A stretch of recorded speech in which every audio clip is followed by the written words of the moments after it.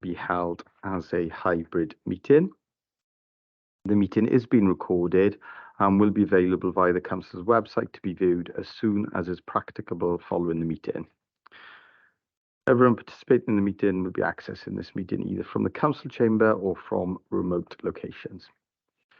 Please could everybody ensure that their mobile phones are switched off or to silent mode. Members will have received an electronic copy of the agenda. I will ask officers to present a summary of the key points. For the record, the agenda can be viewed on the Council's website. Members and officers will be speaking at various points during the meeting, and those speaking may switch their microphones and where remote their cameras on at that point, but ask that with the exception of myself as chairperson, at all other times you keep your cameras and microphones switched off, as this will help to minimise any background noise and interference and to ensure the connection remains as stable as possible. Whether in the chamber or remote, if any Cabinet members or officers wish to raise a point or question, they should press the hands up icon at the top right hand side of the Microsoft Teams window, and I'll come to you in the order I receive requests. Please lower your hand once you've finished speaking. Chat button has been disabled for this meeting. Please do not use your microphone until I invite you to do so. Officers from Democratic Services will be supporting the meeting and will be monitoring the use of microphones throughout the meeting, and where necessary will mute those not being used. I would ask officers to introduce themselves as and when I invite them to speak during the course of the meeting. Officers too should ensure microphones and cameras are switched off when not in use, please. We will now proceed to agenda business, and the first item on the agenda is to receive any apologies for absence from members. I do not have any apologies for absence from any Cabinet members, but I do know we have had apologies from the Corporate Director for Communities. Deputy Leader, please. Thank you, Leader. It's just to advise that I need to leave for an hour to chair an employers' side meeting. Okay, thank you for that. I'm sure you'll rejoin the meeting as soon as you can. We will now receive declarations of a personal and prejudicial interest, if any, from. Oh, is this for declarations of interest? Thank you, Councillor Farr. So, declarations of interest in accordance with the Members' Code of Conduct adopted by the Council in September 2008. Councillor Farr, please. Item 17, Leader. Item 17, and that is the report on the allocation and Towning Community Council Capital Grant Scheme 2023 to 2024, and I will also be making a prejudicial declaration on that report as a member of a community council that made an application to that fund. Just to say that I'm a Porthcawl Town councillor. Okay, thank you for that, Councillor Farr. And of course, if there are any other declarations that arise during the course of the meeting, then members and officers, please inform me, and I will take those declarations at that point in the meeting. We now have for approval the minutes of the last Cabinet meeting, which was held on the 9th of May. Can I have someone leave them a true and accurate record of that meeting? Peter moved, Leader. Thank you. Thank you, Deputy Leader. Thank you, Councillor Farr. Is everyone in agreement, please? Yeah. Thank you, colleagues. And we will now receive the first report on today's agenda, and that is a report of the Corporate Director for Social Services and Wellbeing, and it is on our direct payments policy. Claire, please. Thank you very much, Leader.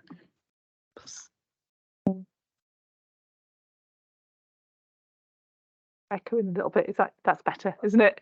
I didn't want to speak then in case it echoed again. Thank you very much, Leader. I'm Claire Marchant, and I'm Corporate Director of Social Services and Wellbeing, and I'm very pleased this afternoon to present for your consideration a new direct payments policy. And the title of the policy is Using Direct Payments to Meet People's Care and Support Needs. So in Bridgend, we have for many years promoted the use of direct payments as we are required to do in accordance with the Social Services and Wellbeing Act as a really flexible way of supporting people with care and support needs to meet the identified wellbeing outcomes within their care plans. For about the last 18 months, we've been doing some work to review the way in which we support people to access direct payments, and we've been doing this in a very co-productive way with carers of people and people indeed themselves who have got care and support needs and are accessing direct payments. And coming through that work, which has been very rich, very challenging, has been a need to modernise the way in which we do administer direct payments here in Bridgend. And I would say that this policy, which is here this afternoon for your consideration, is one part of the outcome of that review, and should also be seen alongside the work we're doing to implement new models of social work practice in adult services and children's services, because of course a direct payment is a result of an outcome focused care plan, and you should only use a direct payment to meet and achieve the outcomes within the care plan. This policy for your consideration this afternoon also enables us to meet the recommendations of the Audit Wales work around direct payments, and that Audit Wales work is included as Appendix 2 to the papers this afternoon. So as set out in the policy, direct payments are a really important way for people with care and support needs to meet their personal care and their wellbeing outcomes. Just to give you a little bit of context, in Bridgend, we've got 213 adults at the end of March who receive a direct payment. That's about 10% of people with a care plan. So that gives you a sense of the scale. And then in children's social care, there are 115 children, and the vast majority of those are children with disabilities, and you know, used to really support very flexibly in that area. And they're very, very valued by people who receive those direct payments. What the policy attempts to do, and I'm sure I'll be advised if it doesn't, is to set out in very plain English, in a way that is easy to follow and understand, what the purpose is of a direct payment, what the law is that underpins direct payments, what our approach is to promote the use of direct payments, to involve people and to be driven by them and what matters to them in shaping the care and support they need, to encourage flexibility and creativity, so not to fit people into the service that exists, but enable people to set out you know, what their outcome is and how they can use the direct payment to achieve that, and to take into account the existing support that people have.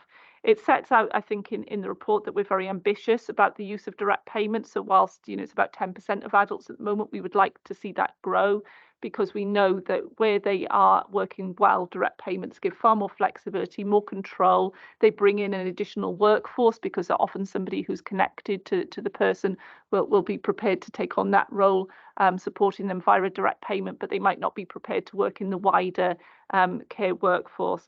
And I think helpfully in the policy document, on page 5, you can see there's a table which sets out what you can expect from us as a council. So it sets our standard really in terms of the way that we will work. Obviously, we will continue to raise awareness in accordance with this policy, and very much look to work with people with direct payments to continue to implement the policy if approved this afternoon, and to take forward the other actions that we are in respect of the modernisation of direct payments. One of the areas, obviously, that we will be continuing to take forward is growing the pool of PAs, direct payment PAs, because that can be a challenge. If you're assessed for a direct payment, then recruiting a PA can be an issue. But both as a council and working with partner agencies, we will continue to do that.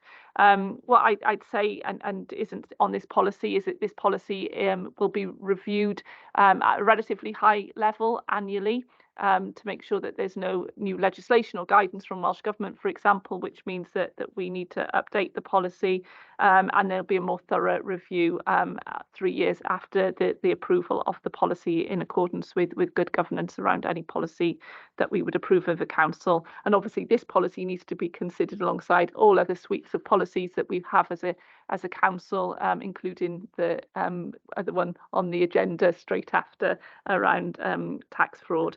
So very pleased to commend this to you this afternoon.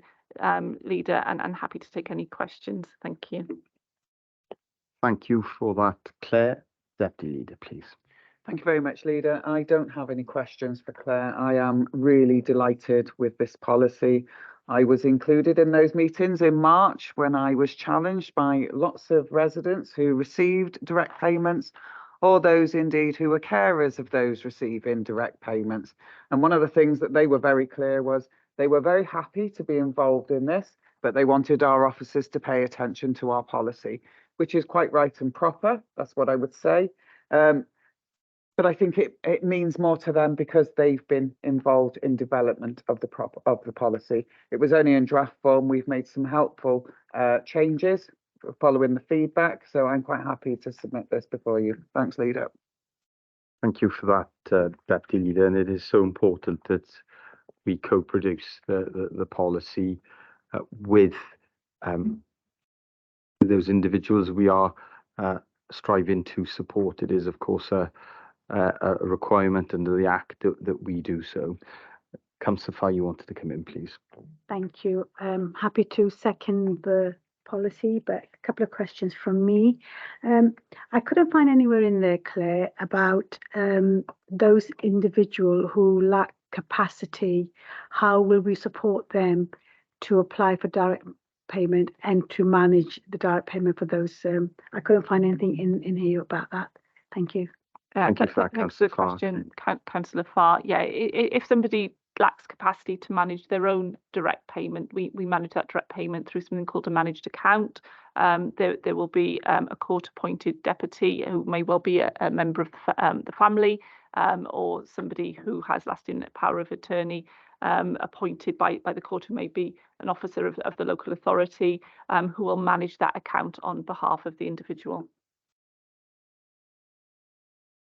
Thank you for that, Claire.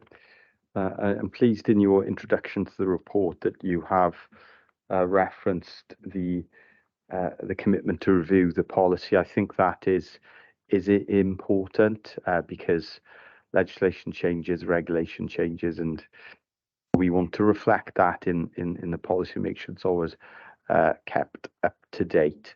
So I move that we include that in the policy so that the policy is reviewed systematically. I suggest there is an annual light touch review and a more significant review, perhaps every 2 to 3 years, and no doubt we will have feedback from those people that we are supporting through the policy, and we'll reflect that in due course. And also, I think it's important that we reflect on the anti-tax evasion policy in the report, and I know that we will, of course, strive to strike that balance between making sure that payments are swift and efficient, but also, of course, we discharge our duty to minimise the risk of any activity that we would not want taking place. And I know we have those procedures in place currently at the moment, and they're quite rigorous and robust ones. And part of our work going forward is reflecting that. And then finally from me, Claire, just a question around the recommendations of the Audit Wales report. And one of those recommendations is around the work that we need to do together with the Health Board around direct payments, and I'd be interested to know what work we are doing with the Health Board to respond to that aspect of that specific recommendation within Audit Wales's report on direct payments. Claire, please. Yeah, thank you very much, Chair. So in terms of our arrangements with the Health Board, we've got a number of individuals who will have jointly funded packages of care, and where that is the case, it would be the local authority element of that jointly funded package which we can support via a direct payment. In addition, Welsh Government are doing work at the moment to review the overall continuing healthcare policy for Wales, and that work is looking again at how we can support individuals who are eligible for continuing healthcare to have that need met via a direct payment as well. It's a little bit more tricky. The way that we work with that at the moment is via that sort of joint package. Optimally in the future, it would be better if the health boards could put in place direct payments directly with individuals. Thank you for that information, Claire. I can't see that anyone else wants to come in. So with those amendments to the policy around a review and reference to the anti-tax evasion policy, is everyone in agreement with the policy? And of course, one of the responsibilities we have is to promote the choice, because it is a choice. It's a choice enshrined in legislation, the choice of direct payments. So I'm sure we'll do some work around making sure that the policy is available on our website, and we will make it as easy as possible for people to find out more information about direct payments and receive any support that they want to need to undertake direct payments as a choice and option for themselves. Thank you, Claire. We will now, with the consent of Cabinet members, we will adjust the agenda due to the availability of officers. Very pleased that at short notice, our head of operations and community services and the communities directorate can join us to deputise for the corporate director, and I am going to propose that we take the two reports that he will be leading on now, if Cabinet members are content with that. Thank you, Cabinet members, and therefore we will go straight to the first report, which will be on the UK Shared Prosperity Funds and the administration of those grants. Zach, please. Thank you, Leader. For your information, Ian Sherwood will be joining us as well for questions that any members may have afterwards. Hopefully he's got my message and will be joining online.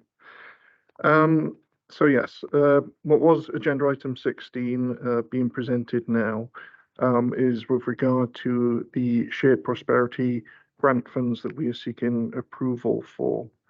Members will be familiar from previous reports with the UK Government Shared Prosperity Fund. This report seeks to have approval for a variety of grant schemes that we are looking to implement. Members will recall back in July 22, we brought to Cabinet our local investment plan, which members will no doubt have religiously embedded in their minds. And in here, we set out a large number of projects that align to the themes of the Shared Prosperity Fund and the regional implementation of that.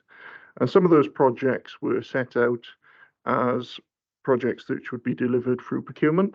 Some of them are in-house projects, such as the employability type themes, where we have a number of staff delivering the themes themselves. But today we're specifically talking about the theme that is the grant-funded deliveries, where we can give grants to various proposals and various organisations that can help us deliver against the shared prosperity scheme. So just coming back to the report, I'd highlight that that investment plan is summarised in section 2.4 of the report, and members will be aware of it, and I'm not seeking to go through that summary of the original investment plan. And I will move to section 3 of the report, which brings us a bit more to where we are today. So section 3 describes how we'll deliver against those themes using the number of methods that I just described, and today we're specifically picking up on the grants elements. And 3.5 of the report lists out the various grants that we're looking to put in place and seek approval to be able to put into existence on the back of this report. Section 3.5 of the report lists out the individual values for those grants, and it indicates the typical total grant pots size for each one of those project schemes. The list of grants that we're looking to put in place is the Bridgend Valley Placemaking Property Improvement Grant, the Empty Property Surveys Grants, the Community Feasibility Fund, the Business Development Grant, the Bridgend County Business Future Scoping Programme, and the Bridgend Tourism Event Support Grant. And the details of those, with a little bit more text, is all encompassed in that section 3.5 of the report for members. Once in place and approved, a grant panel will be set up to oversee the grants, make recommendations for approval in the way members are used to. We have many grant panels in place, and members will be used to those processes. Section 3.7 to 3.12 of the report deals with some technical legal updates to our scheme of delegations that, in going through the process of writing this report, it was recognised that actually some updates were needed. Particularly, it broadened our ability to make these particular awards to organisations other than voluntary ones. So there were some technical updates that are covered in that section of the report. Again, I don't propose to go through the detail of that, but it's just necessary technical updates to the scheme of delegations to enable this to take place. I'd draw members' attention to section 8 of the report, which reminds members of the total allocation that we've had through Shared Prosperity Fund, and we will be delivering through the projects that are outlined in our local investment plan, and confirm to members that all of the grant funds that we're proposing here are contained within that budgetary allowance. With that, I'd bring members to the recommendations, which is to delegate authority to the Corporate Director of Communities to establish, deliver and award the grant fund set out in section 3 of the report, and also to make the necessary amendments to the Council schemes of delegations for functions as we set out in paragraph 3.11. Thank you, Leader. Thanks very much, Zach. So first we have Councillor Farr, please. Thank you, Leader, and thank you, Zach, for presenting the report. So I'd like to formally move the report, and I really welcome this report because part of our corporate plan is doing work up in the valleys, Scarrow, Ogmore, and I'm really, really pleased to say that some of the funding has been ring-fenced for that. What I want to know, Zach, was when will we be coming back to the Cabinet to report on how the grant allocation is going? How often will it be reviewed and monitored? And I know there's going to be a panel set up. Who will be sitting on that panel, please? Yeah. Thank you. Thank you for that, Zach, please. I think the exact makeup of the panel is yet to be decided, but as with all of our panels, as with the next report on Town and Community Council Fund, it will be relevant officers. On that particular one, we have one cabinet member that represents as well, so that's a possibility. So the exact makeup isn't decided yet, but we can discuss that and make up the exact functioning of the panel. It will proceed in the normal manner. Again, reporting, I would suggest, would need to be quite regular because it is such a tight delivery timeline. That's the biggest challenge with this.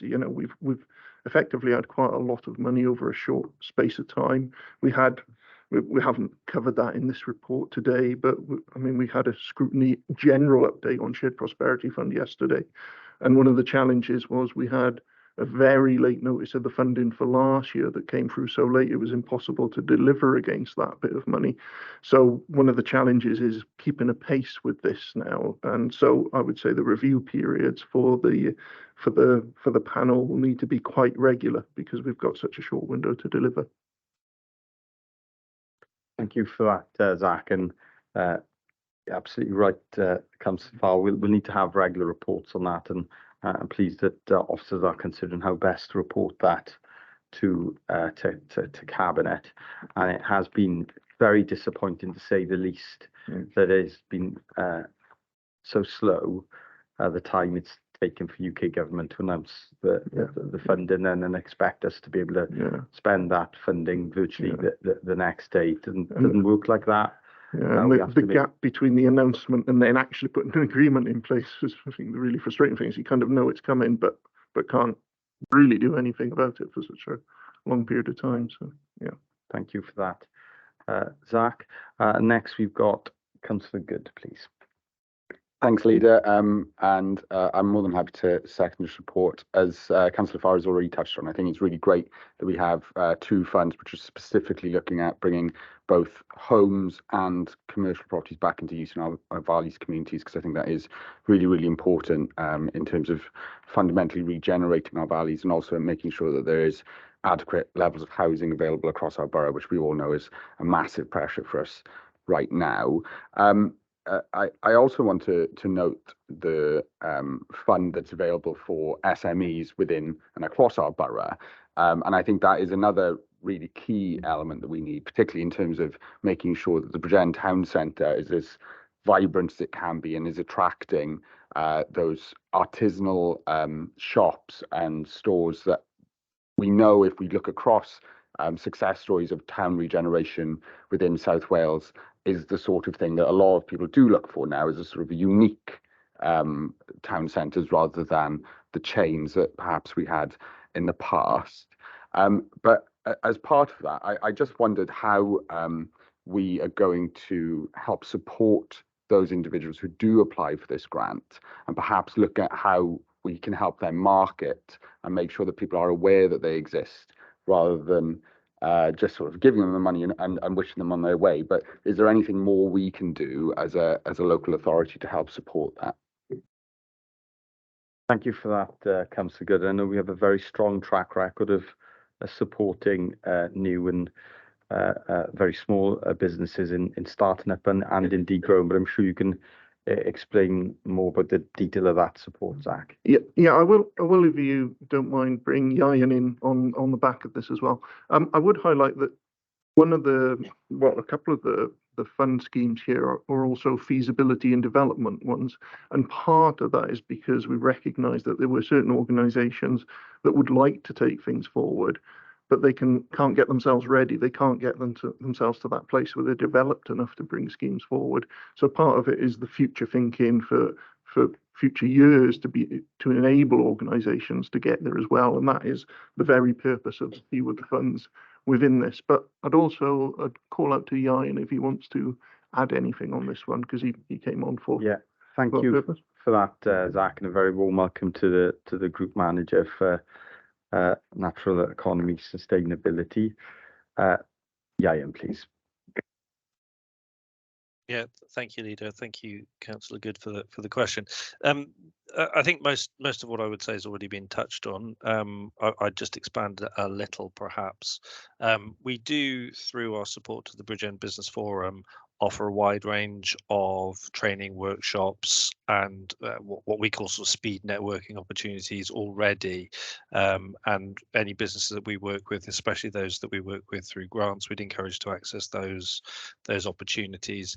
And of course, not just the opportunities that we have, there are opportunities developing through our partners in the city region, through the city deal, and of course in partnership with Welsh Government as well. So in summary, Councillor Good, there's a lot of resource there available for us to work with these businesses before, during and after any fund success they may have. Thank you very much for highlighting that, Councillor Good. It's very important that we take this opportunity to remind anyone out there that is thinking about starting a business or started a business and want to grow, that we're here to help them.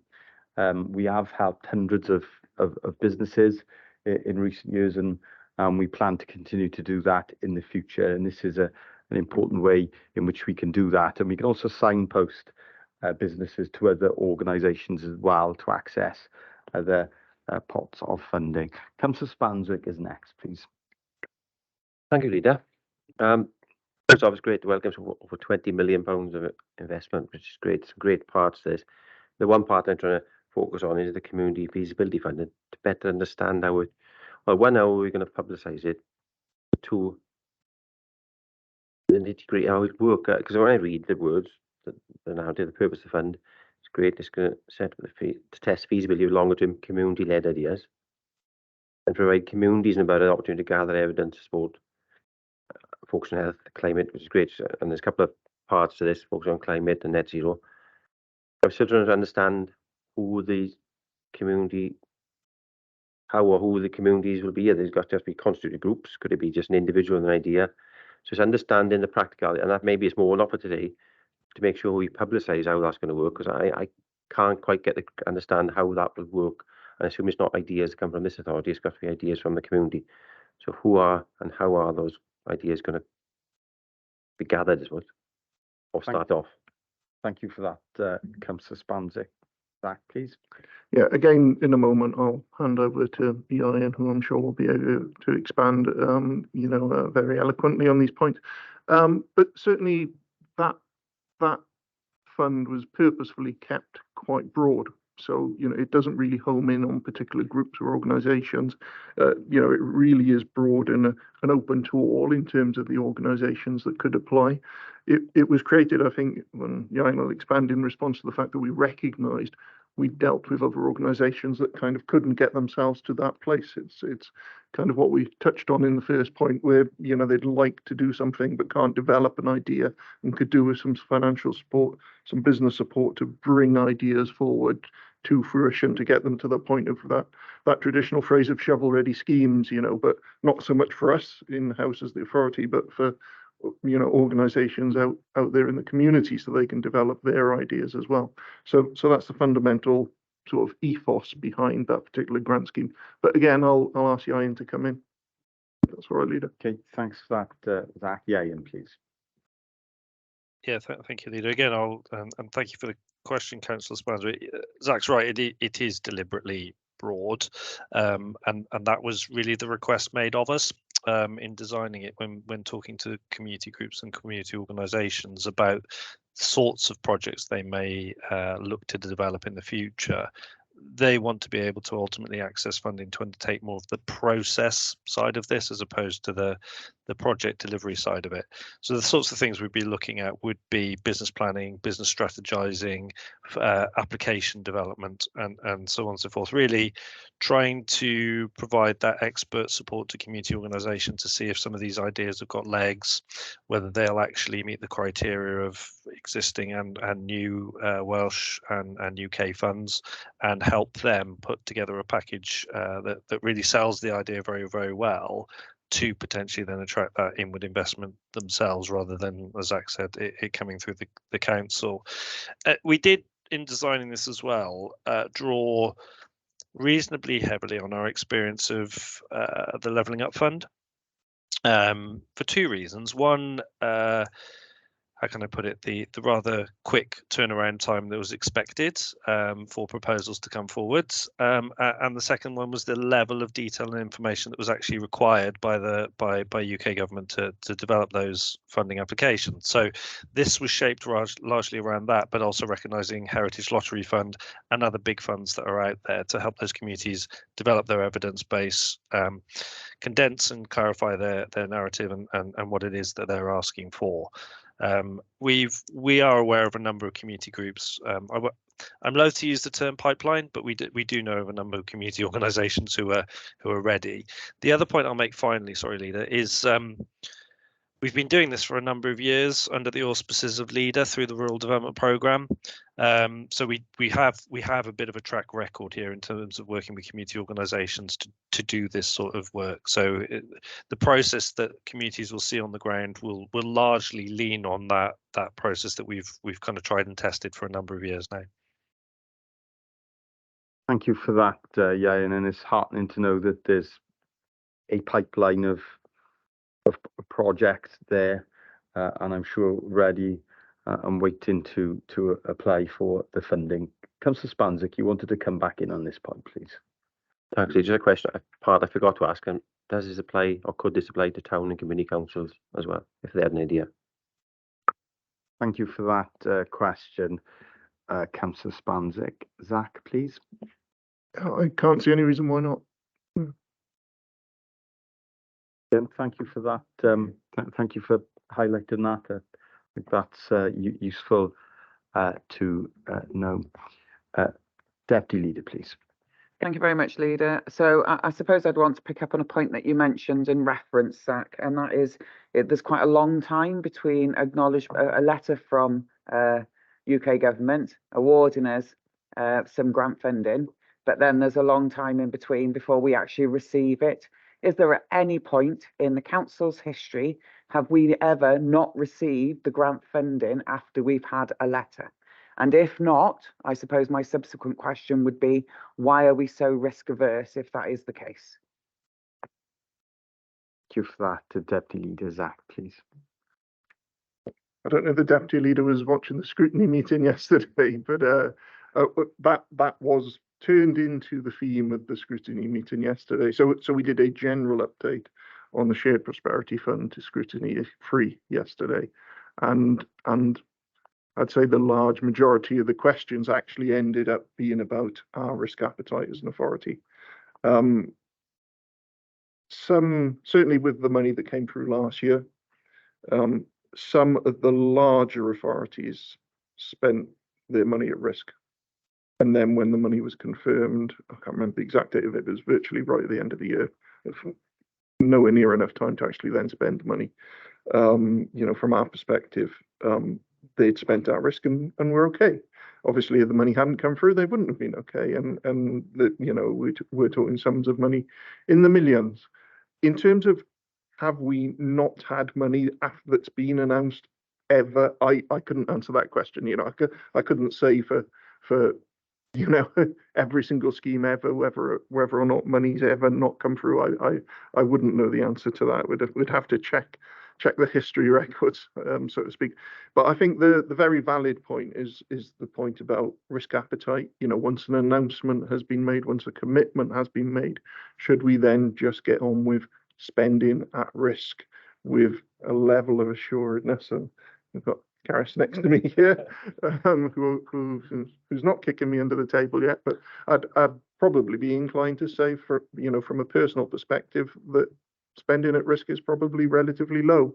But then, and I made this point yesterday in scrutiny, but then we have had some very, very unusual circumstances nationally happen. You know, we've never been through a pandemic before. What if something happened nationally that caused a pull on money to go in another direction at a national level? It could happen. You know, the inconceivable that we couldn't think of, we now know can suddenly occur out of anywhere. So there is a definite risk. But yes, some authorities in year one of this spent at risk, some of the bigger authorities that probably felt that they could, you know, where we didn't. And we are now waiting to see if there will be a rollover from the year one money into the second year. We could have spent it at risk. And it's a good question, and I think one worthy of future debate, if not for today. Sure we will have that debate again in the future. You wanted to come back in? Yes, please. Thank you very much for your response, Zach. And I appreciate you can't answer for everybody. So my question goes to Karis, really. Sorry, Karis, put you on the spot here.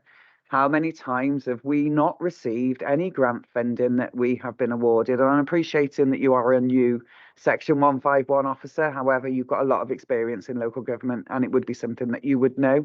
And I've never heard of it. So as far as I can see, I think we need to be in a different position as a cabinet.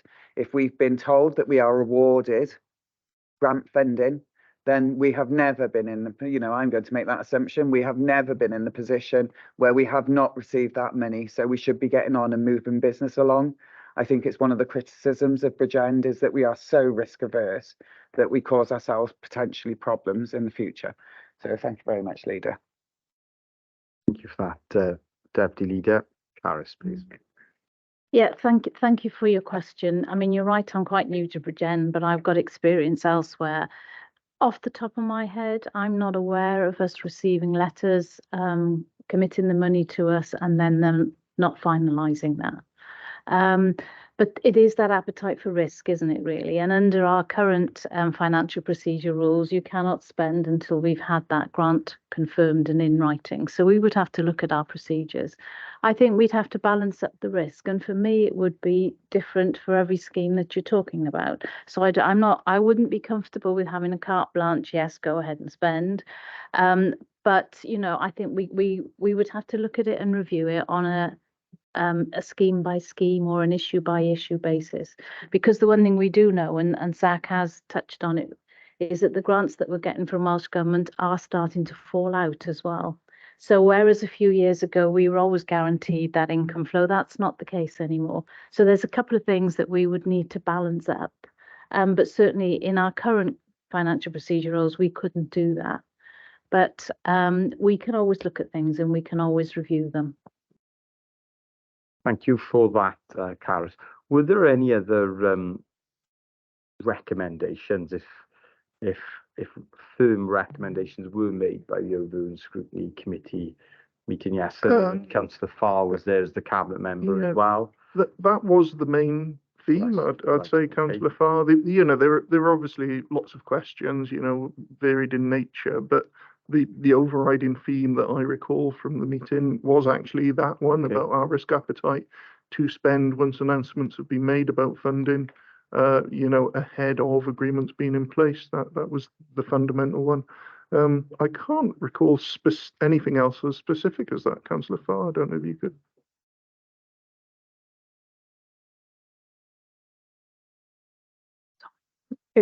Thank you, Leader. I think they also suggest that we should be coming back on a regular basis to report on what we're doing with things. I think it was a very interesting debate. As like the Deputy said, we are quite risk averse in our practice. But the other risk that we don't sometimes consider is if we don't spend the money, that money has to go back. So that is a big risk as well, because it'll be 2-point-something million. If we don't spend it, that's going to go back. And I think that if things like this happen again, we should bring it to the cabinet for the cabinet to make a decision whether we're prepared to take that risk or not. I don't remember it coming to us to ask us whether we want to start using this money, because we did have projects lined up. So I guess it's just something to look for the future. But it's about looking at risk from both ends, which I personally hadn't considered the fact we could lose the money. And yeah, they did put me on the spot and asked me my personal view, and I gave my personal view that if I would have started to use the money before I had the letter, as did our officer Zach. Thank you for that, Councillor Farr. I can see that Councillor Williams wants to come in, please. Yeah, thank you, Leader. I thought maybe I'd better offer something as cabinet member for finance, because obviously there's a fine balance between sort of risk and responsibility. And if there is a specific example, quite happy to take that away and we can assess that and maybe do a little piece of work to say, well, could we have done better? We're always looking for ways that we can improve. I'm quite happy to review our risk appetite, but I must say that some of the grant announcements, shall I say, that have been made from a political platform haven't always been followed up by the letter quite as swiftly as we would have liked. And it's important when the question is, how soon after the letter can we act? And I think that's important. There's a time frame from an announcement, receiving a letter, and then action. And I think that, but I'm quite happy to take that away and review our risk appetite in a responsible manner. Thank you. I think that would be helpful, wouldn't it? Okay, well, thank you for that, Councillor Williams, and I'm sure we'll do that with officers. I'll also be mindful of the audit arrangements that we have in place and the recommendations and indeed the requirements of Wales Audit Office and our other statutory duties. And of course, I can recall a UK government urging us, advising us to make a bid to levelling up funding for a project, telling us that we should make that bid. It wasn't a problem that the bid wasn't as advanced and developed as it should be, and then when we made that bid, then that bid wasn't successful. So we do need to balance that out as well with certainly with the UK government and weigh up those risks. But it's something we'll take away and look at, because clearly there was that appetite and perhaps there's a balance to be struck, and a different balance that manages and mitigates any potential risk. So The recommendation's been moved and seconded with that addition that we have a rapid review of our arrangements, that we have regular reports to Cabinet, details to be confirmed. And then finally, what I would say is that there are a number of grants here that are available to organisations and businesses across the County Borough, whilst of course, and I'm very pleased that there's a dedicated grant for businesses in our valleys communities, the tourism grant, the business development grant, the business feasibility grant, and the community feasibility funds. They are available to organisations and businesses all across the County Borough. So we do want those organisations to come forward and take advantage of the support that will be made available. Is everyone in agreement with the recommendation? Thank you. With that additions, I will now ask if the Deputy Leader could chair the next item, as it's a report on which I have made a declaration along with Councillor Fars. We're now moving to allocation in the Town and Community Council Capital Grant Scheme. And no, we're taking this item because of the availability of officers. So we'll do that now, and I and Councillor Farr will leave the chamber. And please don't forget to invite us back in. I'm not sure that we'll invite you back in, Leader. We might just leave you out there. Enjoy your cup of tea, okay? Thank you very much. Thank you very much. Zach, are you presenting this or Yayan? Yayan, I'm assuming it is, as he's appeared on the screen in front of me.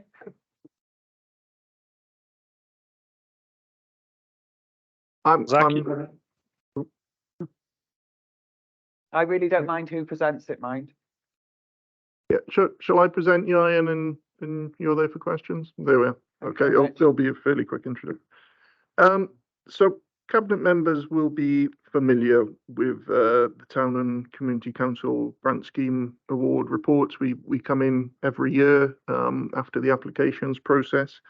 I would remind members that when I first started bringing some of these reports, it was a little bit more, I wouldn't call it a free-for-all, but probably a little bit more wide-ranging than it is now, that generally the applications that came in from the Town and Community Councils were focused on generally anything that brought benefit to their local communities.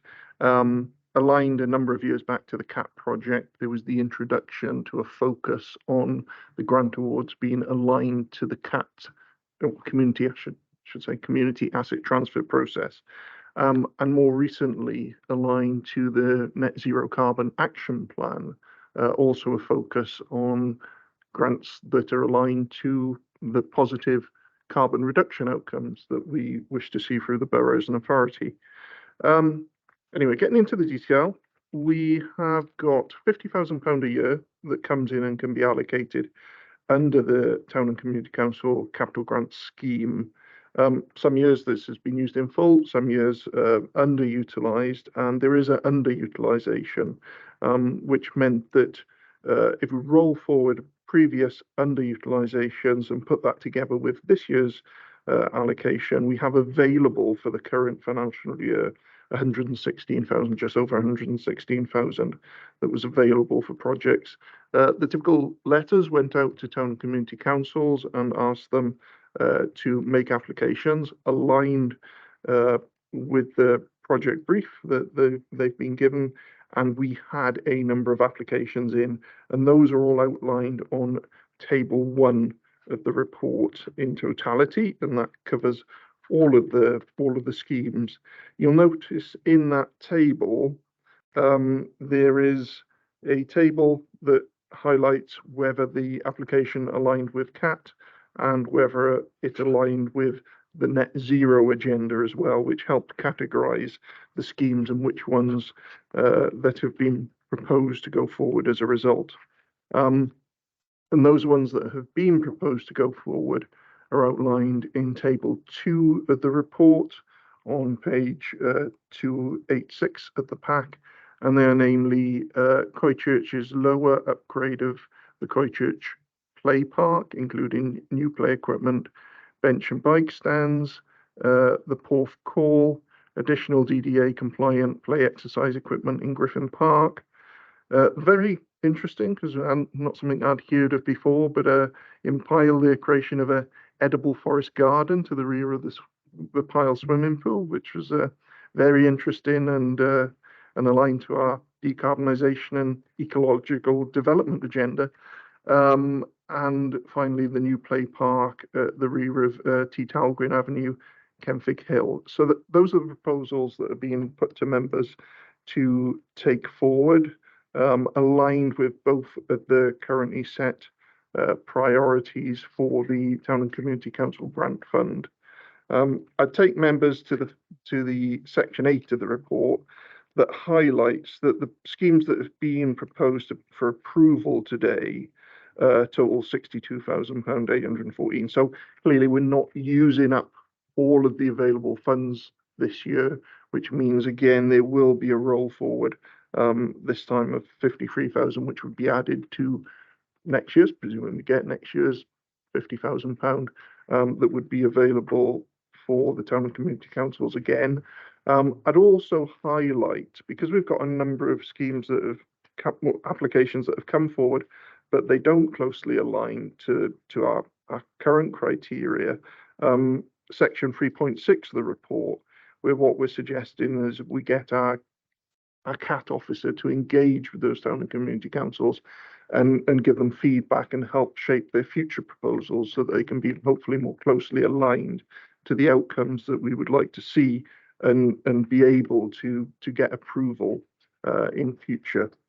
So with that, I'd bring the members to the recommendations of the report, which is to approve the allocations of capital funding, which total 62,814 as detailed at table 2, and note the carry forward of the remainder of the money for future years.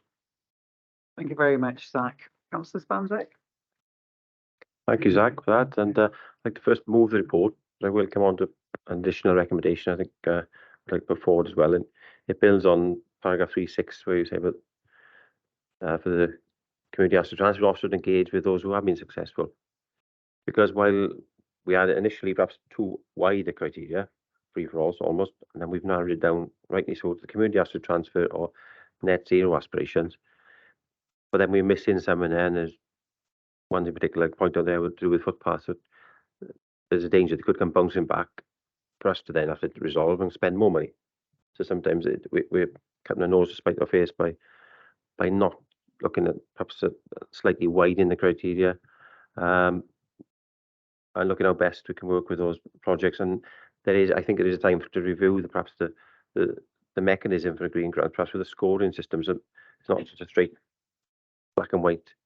So I would like to add the recommendation that we approve the recommendation as put before us, but an additional to add to it, that we review the current procedure to look to slightly widen the criteria and to let those that have been successful to reapply before we invite, along with inviting new applications this year currently, but to those that have been successful to reapply with a slightly wider criteria, looking at joint benefit schemes where footpaths is one example, where they might not comply with CAT transfer or net zero, but they are joint partnership with the county borough to save us money in a partnership approach moving forward. So I'd like to add that as a recommendation as well. Councillor Spanswick, could you just clarify what your recommendation is, please? Because I struggle to follow some of that. To approve recommendation 911 and 912, an additional one to review the current procedure for awarding grants, to slightly widen them beyond just net zero and capital community asset transfer criteria, to look at projects that have joint benefit to this authority and the applicant. That's it. Simple words, but it's not easy. I think perhaps an appropriate amendment would be to review the Town and Community Council Capital Grant Scheme. Thank you very much. Yeah, I'm trying to make sure we got it right. Yeah, that's the point. Thank you very much, Kelly. Are you happy with that, Councillor Spanswick? I am, Deputy Leader, but I just want to make sure that we let the unsuccessful applicants know that they can reapply. Yeah.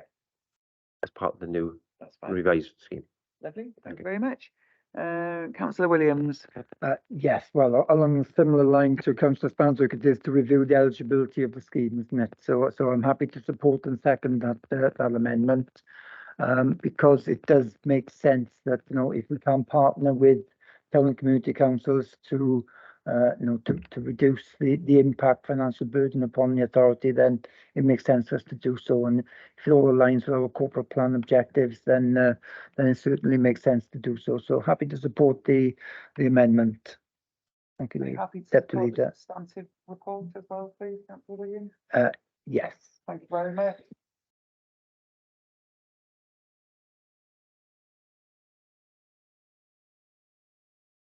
Yes, Chair. No, I'm really sorry, I haven't used my mic. I'm really sorry. We are proposing that all Cabinet are happy with the report, the recommendations as amended by Councillor Spanswick. Thank you very much. And we can get the leader and Councillor Farr back in now, please. And you'll have to excuse me because I need to disappear for an hour.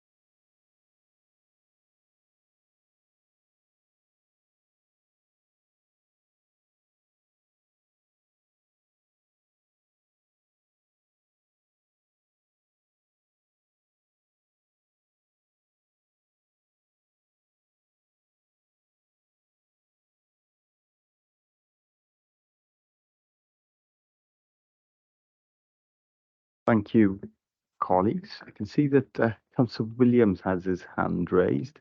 Is that a legacy hand? That's okay, no problem. Okay, we'll now return to the sequence of the agenda, and we will now receive a report on the proposal to update our anti-tax evasion policy, and that is a report of our Chief Officer for Finance, Performance and Change. So over to you, please, Carys. Thank you. Many thanks, Leader. So the purpose of this report this afternoon is to present to you an updated anti-tax evasion policy for approval. The Council is committed to establishing and maintaining effective arrangements to prevent and detect acts of bribery, corruption and tax evasion in relation to council services. So the Council requires all elected members and employees to demonstrate the highest standards of honesty and integrity, and this includes compliance with the relevant legislation.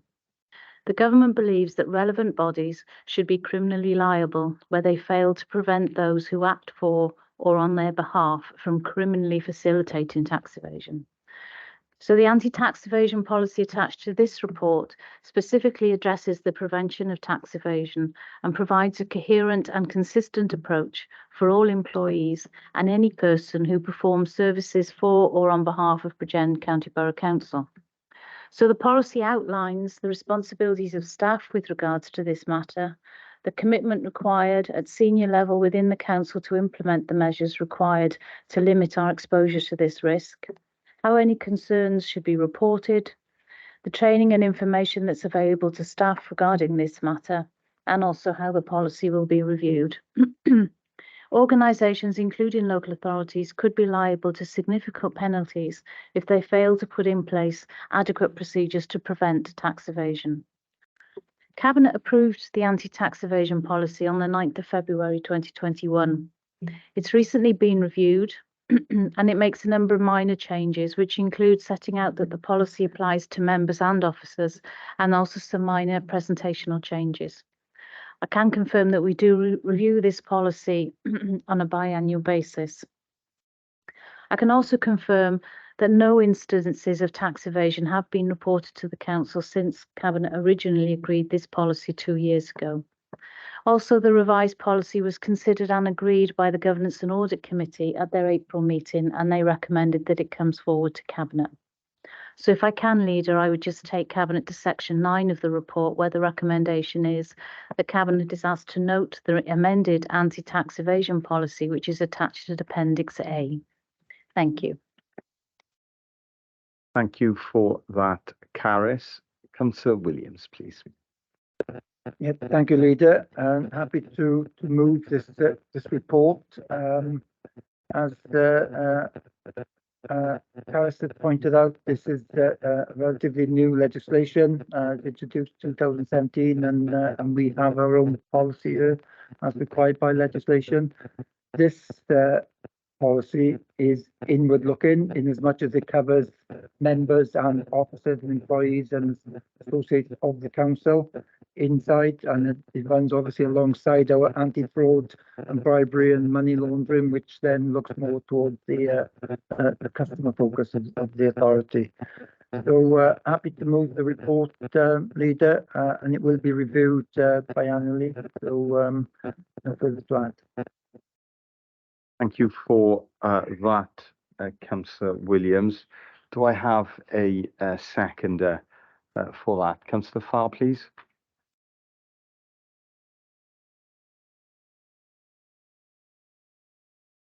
I'm happy to second the report. I keep forgetting this mic business.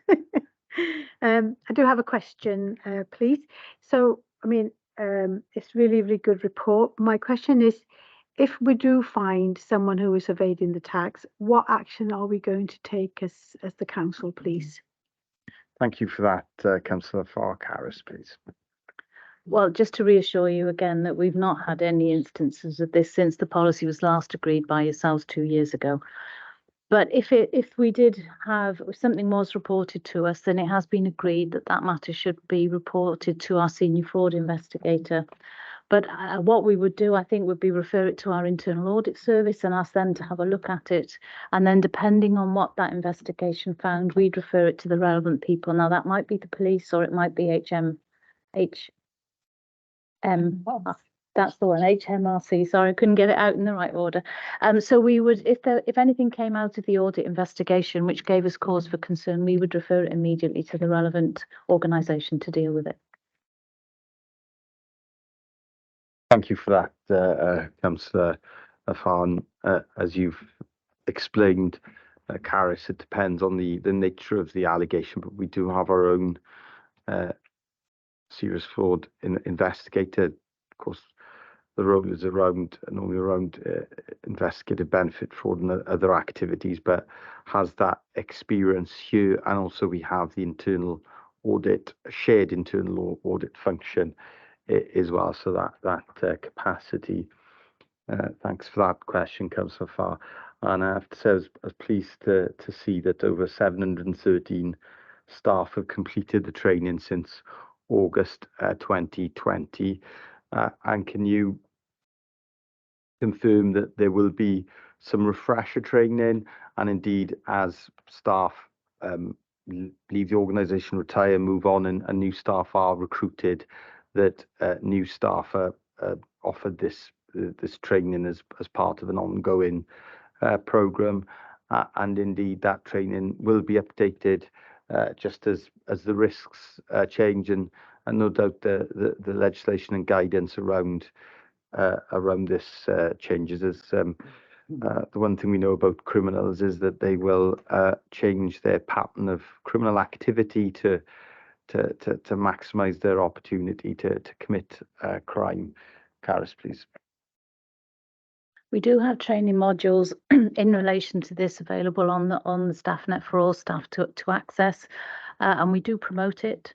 And we've had discussions about this recently, about identifying the posts in the authority who we think this is probably most relevant to, and then reminding them and asking them to do the training, and ask their managers to ensure that they undertake that training as well, because there will be certain posts in the authority who are more relevant to this particular policy than others. So we are looking to see whether or not we can target those particular posts to ensure that they undertake that training. Thank you for that, Cara. So recommendations have been moved and seconded. Is everyone in agreement? Thank you, colleagues. And the next report we receive is another report from the Chief Officer for Finance Performance and Change, and it is the revenue budget outturn for 2022 to 2023. Caris, please. Thank you very much, Leader. Yes, so as you said, the purpose of this report is to provide you with an update on our revenue financial performance for the financial year that ended the 31st of March 2023.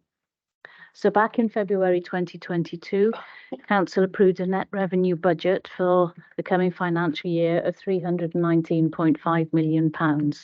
Due to a technical adjustment in the final settlement, the Council settlement was increased by just over £4,000, and this was reported to Council on the 9th of March 2022. So the final outturn position for the financial year 2022-23 is shown for you in Table 1 of this afternoon's report. The overall position for the Council was a net underspend of just over £2 million, and this has been utilised to create some new earmarked reserves, primarily to support the cost of living fund for known pressures in the current financial year. The underspend is actually small in comparison to the overall net budget for 2022-2023, and therefore no transfers have been made into the Council fund. Within the outturn position, Directorate budgets provided a net overspend of £8.2 million, whilst council-wide budgets had a net underspend of £9.5 million. The outturn position also takes into account the additional council tax income which was collected over budget during the financial year. Last year was a difficult financial year for the council. The overall underspend that I've just mentioned on our budget significantly masks underlying budget pressures which were reported during the year. The main financial pressures are in the service areas of social services and wellbeing, homelessness and home to school transport. During 2022-23, social services experienced pressures of work to meet statutory duties against a backdrop of an exponential increase in demand in children's social care and an increase in the number of independent residential placement within children's services, alongside pressures in learning disability and older persons residential placements. The Council will need to give further consideration to the sustainable resource required, specifically in children's services, to improve the quality of outcomes for children and families in the area. The Council has also seen a significant increase in the provision of temporary accommodation to support individuals who have become homeless. The Council did receive grant funding from Welsh Government during the last financial year to support this service. However, £2.5 million of this was on a one-off basis. So this is another service that will require close financial monitoring during the current financial year. In addition, the Council has had to address funding pressures during the last financial year in relation to pay and price costs that had not been anticipated earlier in the year when the budget was set. These pressures are likely to continue into the current year, and therefore money has been carried forward to meet those pressures.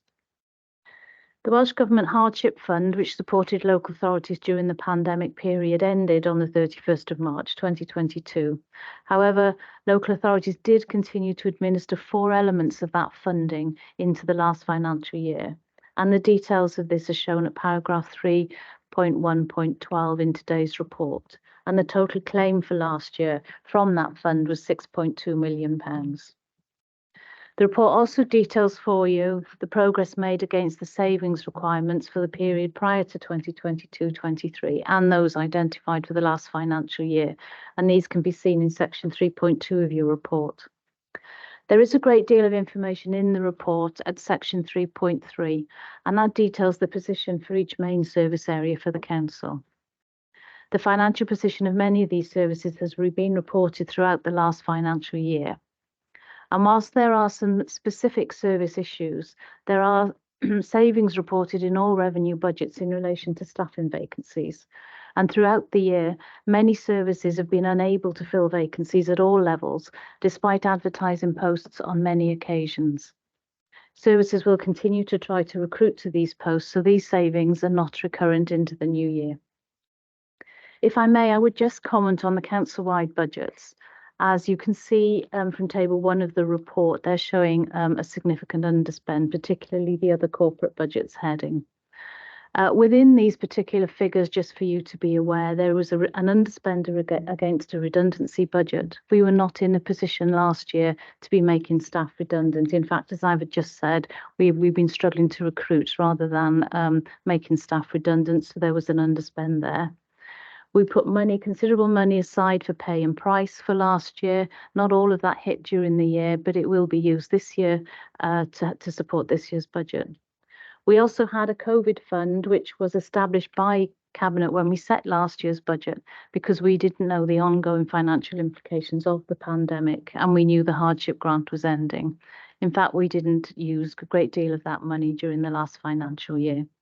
So that those are some of the bigger savings under the central heading there. The report also provides for you an update with regards to the earmarked reserves position and the level of reserves that the council is currently holding. And during the last financial year, directorates drew down funding from specific earmarked reserves, and these were reported to Cabinet through the quarterly monitoring reports. The final drawdown from reserves was £18.9 million, and this is summarised for you in table 5 of your report. The net underspend position of £2 million in the last financial year, along with the unwinding of some existing earmarked reserves that were no longer required, has enabled a limited number of new earmarked reserves to be created. The most significant of those was in relation to £1.3 million towards a cost of living fund. Again, this is to support the council with any unforeseen pressures that come in during the year, because we are still experiencing pay and price inflation. There was also £530,000 put aside, which was a contribution to the capital refurbishment works which were undertaken by Valleys to Coast to bring some of their long-term vacant properties into use. I can confirm that that work is actually complete, but it wasn't complete in time for us to move that money at the end of the financial year. Therefore, it has been put in. So it's showing as an underspend in the budget, but it's been put into a reserve so we can make that payment this year. So a full breakdown of the movements on the earmarked reserves as at March 2023 is provided for you today at Appendix 4. It should be noted that the monies the council has in reserves has fallen over the past year by a net figure of £14 million. This changes the position that the council has been in recent years, where we were able to increase our reserves due to underspends on the revenue budget. In previous year, the council received financial support during the pandemic, and a number of the grants that the council has received for many years are no longer being paid, and we're now feeling the pressure of that in our revenue budget. And this funding at the time masked the pressures that I've already outlined in certain service areas, and that is also reflected in our outturn position for the last financial year. So the council is starting to draw down on those earmarked reserves for the first time in many years. And we need to closely monitor that position in future years, as services cannot be funded from reserves in the longer term. So, Leader, I would just bring Cabinet's attention to the recommendations in section 9 of this report, namely that Cabinet is recommended to note the revenue outturn position for the 2022-23 financial year. Thank you. Thank you for that, Carys. Councillor Williams, please. Yeah, thank you, Leader, and thank you, Gareth, for the report, and my thanks to the team to bring in an end of year budget within, I think it's 0.25%, isn't it, of the overall budget. I mean, it's no mean feat, and it's a huge amount of work. And obviously, whilst that is welcome, it does mask a lot of turmoil, shall we say, within that budget. That there are some budget headings that are under severe pressure, as we can see, and then there are others that appear to be relatively easily managed. But as we said, no, for many reasons, there are still a lot of difficulty and uncertainty within the system. And I suppose that I just need to get some professional reassurance from yourself around the other council-wide budgets, because that is showing a relatively healthy underspend. However, we know that there are pressures there that are underlying, and inflation is still running relatively high. It's stubbornly high, actually, at over 8%. Predictions are that it might stay there for some time, or whoever you listen to, it can go up or down, and there's certainly a lot of uncertainty ahead of us. So it's just a bit of reassurance or some guidance, I suppose, about how much of that underspend we need to retain in the base budget, and how much of that is available for other priorities. Thank you for that, Councillor Williams. Caris, please. Thank you for that question. I mean, I suppose the first thing to say is we will review all of this now when we're looking at setting next year's budget. And that's exactly the exercise we'll do, Councillor Williams, which is looking at where we've had any significant underspends to see whether or not there is money that we could release into the base budget. But if you look at some of the issues in table 1 of the report this afternoon, we had a significant underspend on capital financing. But we will have to start to borrow for our capital programme, and of course borrowing costs are now going up. So I would be reticent in advising you to take any money from that at the particular time. We had a significant underspend on our council tax reduction scheme, which, considering the economic climate that we're in, is quite surprising. Again, I would say that we need to be cautious about changing that particular funding line, because we do anticipate more people may well need some sort of financial support going forward, and probably people who've never experienced that, and we would never expect to ask for support. But we will review to see whether or not that particular level of funding is required. And some of the other ones that I mentioned earlier when I presented the report to you, they will all be subject to scrutiny now as we move forward. And where we think we can safely suggest to you that we may repurpose some of that money, then obviously we will come forward with that. But we are they're obviously concerned about the level of turmoil, if you like, that is still within that revenue budget because of things like pay and price inflation, which remains high. Thank you for that. Did you want to come back in, Councillor? No. And I think that's a very good example of council tax reduction scheme of an underspend. None of us would have anticipated. Conventional wisdom at the time, and I'm sure this is the case across Wales, was that with the cost of living crisis and the huge pressures many families and households are facing, you would think that we would have to commit to additional resources to provide that relief, but we have not seen that level of demand on the scheme. Now there is often a lag, isn't there, and a delay in terms of the impact on people, and quite often people only come to us when they're in crisis, and perhaps there is more of that to come when, for example, the limits on energy bills change, and now we're seeing grocery bills rise. But it's a difficult one to predict, isn't it? But it has helped us. That, and again, the capital finance cost has helped in terms of the overall overspends by service directorates. I can see that Councillor Good wants to come in, and then Councillor Spancer. Councillor Good, please. Thanks, Leader. I've got two quite separate questions, really, but I'll start with the first one, which is for Zach. So on page 78, we've got corporate landlord and income shortfalls in 3 areas. I just wanted to specifically ask around Bridgend Market. Obviously, it's a major part of our town centre. It's always been a significant part of our town, and I think it's a real shame to see that we do have that level of empty stalls available. So I was just wondering what we are doing to not only sort of maximise the income there, but also support businesses into taking on stalls in the market, and also supporting the market holders that have been there for a very long time. Back, please.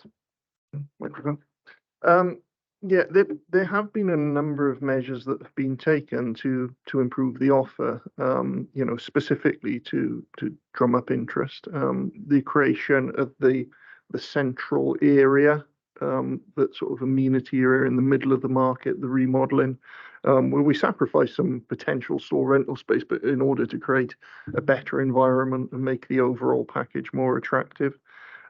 Working with the Traders Association to actually install a toilet facility within the market was one of the things that we did. Again, also to promote and enhance the offer. And also there have been historical reductions in the rentals as well that we've made and signed up to as an authority. So, in fairness to the team there, I think they've been really proactive in trying to do, as much as we can to really make the offer attractive. Obviously, things have come along like the pandemic and they haven't made it any easier there, and there is a number of vacancies. And I've got to admit, unfortunately, it's one of the areas where I've now got another vacancy in my structure in terms of the person that would be doing some of the enablement works and promotion there. But it is something we will be taking up further on that individual's replacement as well. But certainly there's been a significant amount done to try and make it as attractive as we can and to improve the offer. But it does remain a challenge. Thanks, Zach. Yeah, thank you for that, Zach. Councillor Good, I can see that Councillor Farr wants to come in on this point, so we'll bring her in at this stage. Thank you, Thank Councillor you, Farr. Leader. It was just to say that, in the last 6 months, we've had new businesses start up in the market, and we've visited them, and they're doing really, really well. Thank you for that, Councillor Farr. And I know it's there have been new businesses, but it's a challenging time, isn't it, for some of them, and we'll continue to provide that support. And we did have support from the UK government through the Community Renewal Fund to deliver and offer that support to new businesses. Okay, next is Councillor Spanzik, please. That's my second question. Oh, you have a second question. I have a second question. Terribly sorry, John. So just on a very completely different issue, and thank you for the response on that, Zach. It's probably one for the Chief Exec, I would imagine. I was just looking at, and I hadn't actually noticed it when I was reading the report previously, but on page 80, we have elections, and a year-marked reserve of £116,000 to cover the cost of the local elections in May 22, and this was overspent to the tune of £197,000. Which seems like an awful lot of overspend for a very fixed event that had a very, it has a very fixed period. We know exactly what's happening. And as far as I am aware, there's been one by-election. So I just wanted to ask really, what are we doing with budgets like this to ensure that they aren't overspent, and what budget management is being put in place to make sure that budget managers are aware that they shouldn't be, where possible, having overspends. Thank you for that, Councillor Good. Chief Executive, please. Thank you. I mean, coincidentally, I have a very comprehensive response, but I won't read out to you. We'll be here the rest of the afternoon. Essentially, the cost of the local elections was £245,000 last year, which was more than the estimate. We had a predicted reserve of £200,000. So there was a £45,000 overspend, which was predominantly due to additional costs on postal votes, additional polling station costs, because obviously we depend on various venues. That was an additional 14,000, and additional admin support, but in particular the fact we had to use agency rather than our own staff. So that's the specific on the cost of the election. The reason the overspend looks larger than that is in the original reserve, we also had to take out of that reserve the costs of the by-elections in both Bridgend Central and Caira the year before. And there was also a one-off £50,000 cost for replacement polling booths and ballot boxes. So I can provide you with the full detail. I won't read the rest because it goes on for about 3 pages. But that's the highlights, if you like, of where those costs have come from. Thank you for that question, Councillor Good, and thank you for that answer, Chief Executive. Next is Councillor Spanzik, please. Thank you, Leader. And I'd just like to focus a little bit on the Communities Directorate because it shows overall an underspend. But the reality is there's a big chunk, and probably, I think, correct me if I'm wrong, Zach, the vacancies this week are probably around 38 vacancies. So it masks some problems there where it needs people in these important posts to operate efficiently. And that's part of the reason. But there's another element at the end of Parks playing piece of bereavement on page 78, which refers to bereavement services. And that's something that came a little bit topical last week. We were talking about the capacity of assemblies where there was an increase in better income compared to budgeted income levels. I'm just trying to figure out why there was an increase in. I think we have a pandemic. I know what happened last year. How there was an increase in income in the cemeteries, and whether or not we are perhaps recovering the income or recovering the costs of cemeteries. Being said, perhaps not today, but to dig in a bit more to the operation of the bereavement services, how that sort of covers its costs or not. And the other one on page 77 is a little chestnut of fleet services, which has been bubbling along under the surface. It used to be break-even service. We've joined with South Police, and now it's costing us. And I understand there's lots of stuff we've done now, and it does say in the report we do a report Q2 of this year, so I look forward to that report. But it is concerning that since we joined with South Police, things have become expensive. Where it used to be a budget line there, and basically everything it was a break even. Now it's 300,000 overspent. So a worrying situation, and something that I look forward to that report, because we desperately have to do something quick. We can't carry on to another financial year in that situation. Thank you, Leader. Thank you for that, Councillor Spanzik. Zach, please. Yeah, so on the 2 points, the increased income levels within bereavement services is purely down to the number of internments or that we would have done in that particular year. I'm not saying at that point that it would have been linked to the pandemic, because we've probably come off the back end of that by then.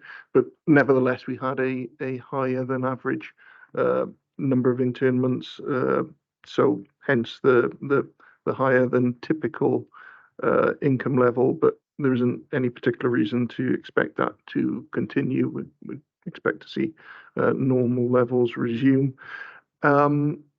Moving on to the fleet point, what I wouldn't like to do is sort of have a myth that it's now more expensive because we were with the police.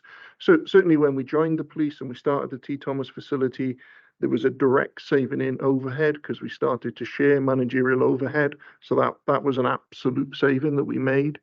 But there are challenges nevertheless within that facility that exist.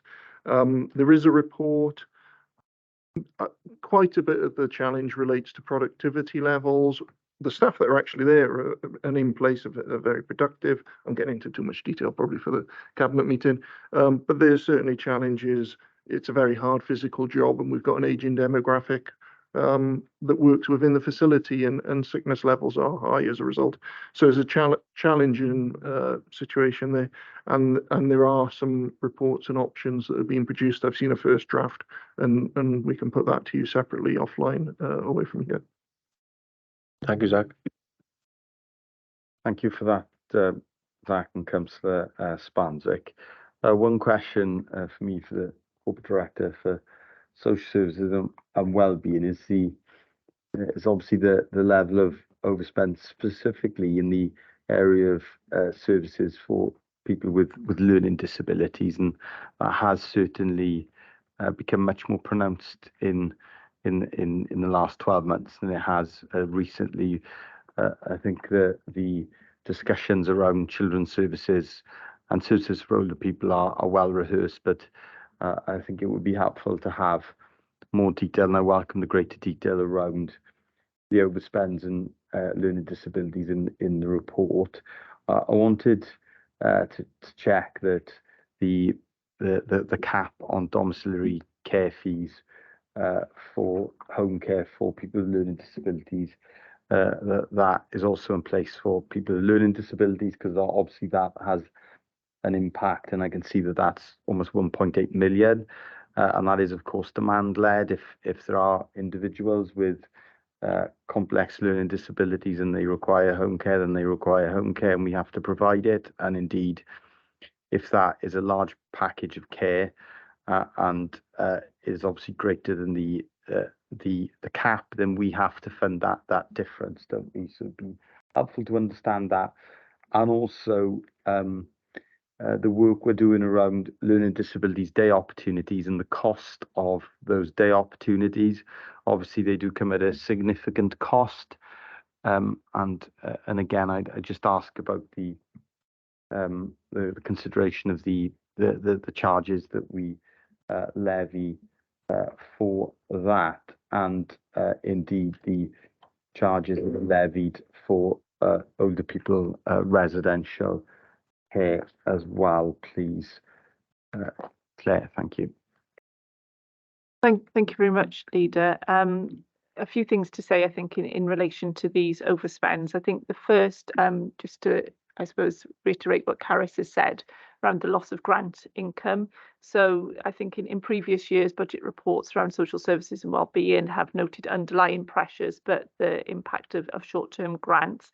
And actually, this was the year, wasn't it, when all of this came to fruition, both in terms of increased need and demand and significant loss of grants. And you can see in paragraph 332, one of the bullet points refers to the loss of grants, and for learning disabilities particularly, that was 992,000, which had been offset in previous years against specific grants, which then is now contributing to overspends in that service area.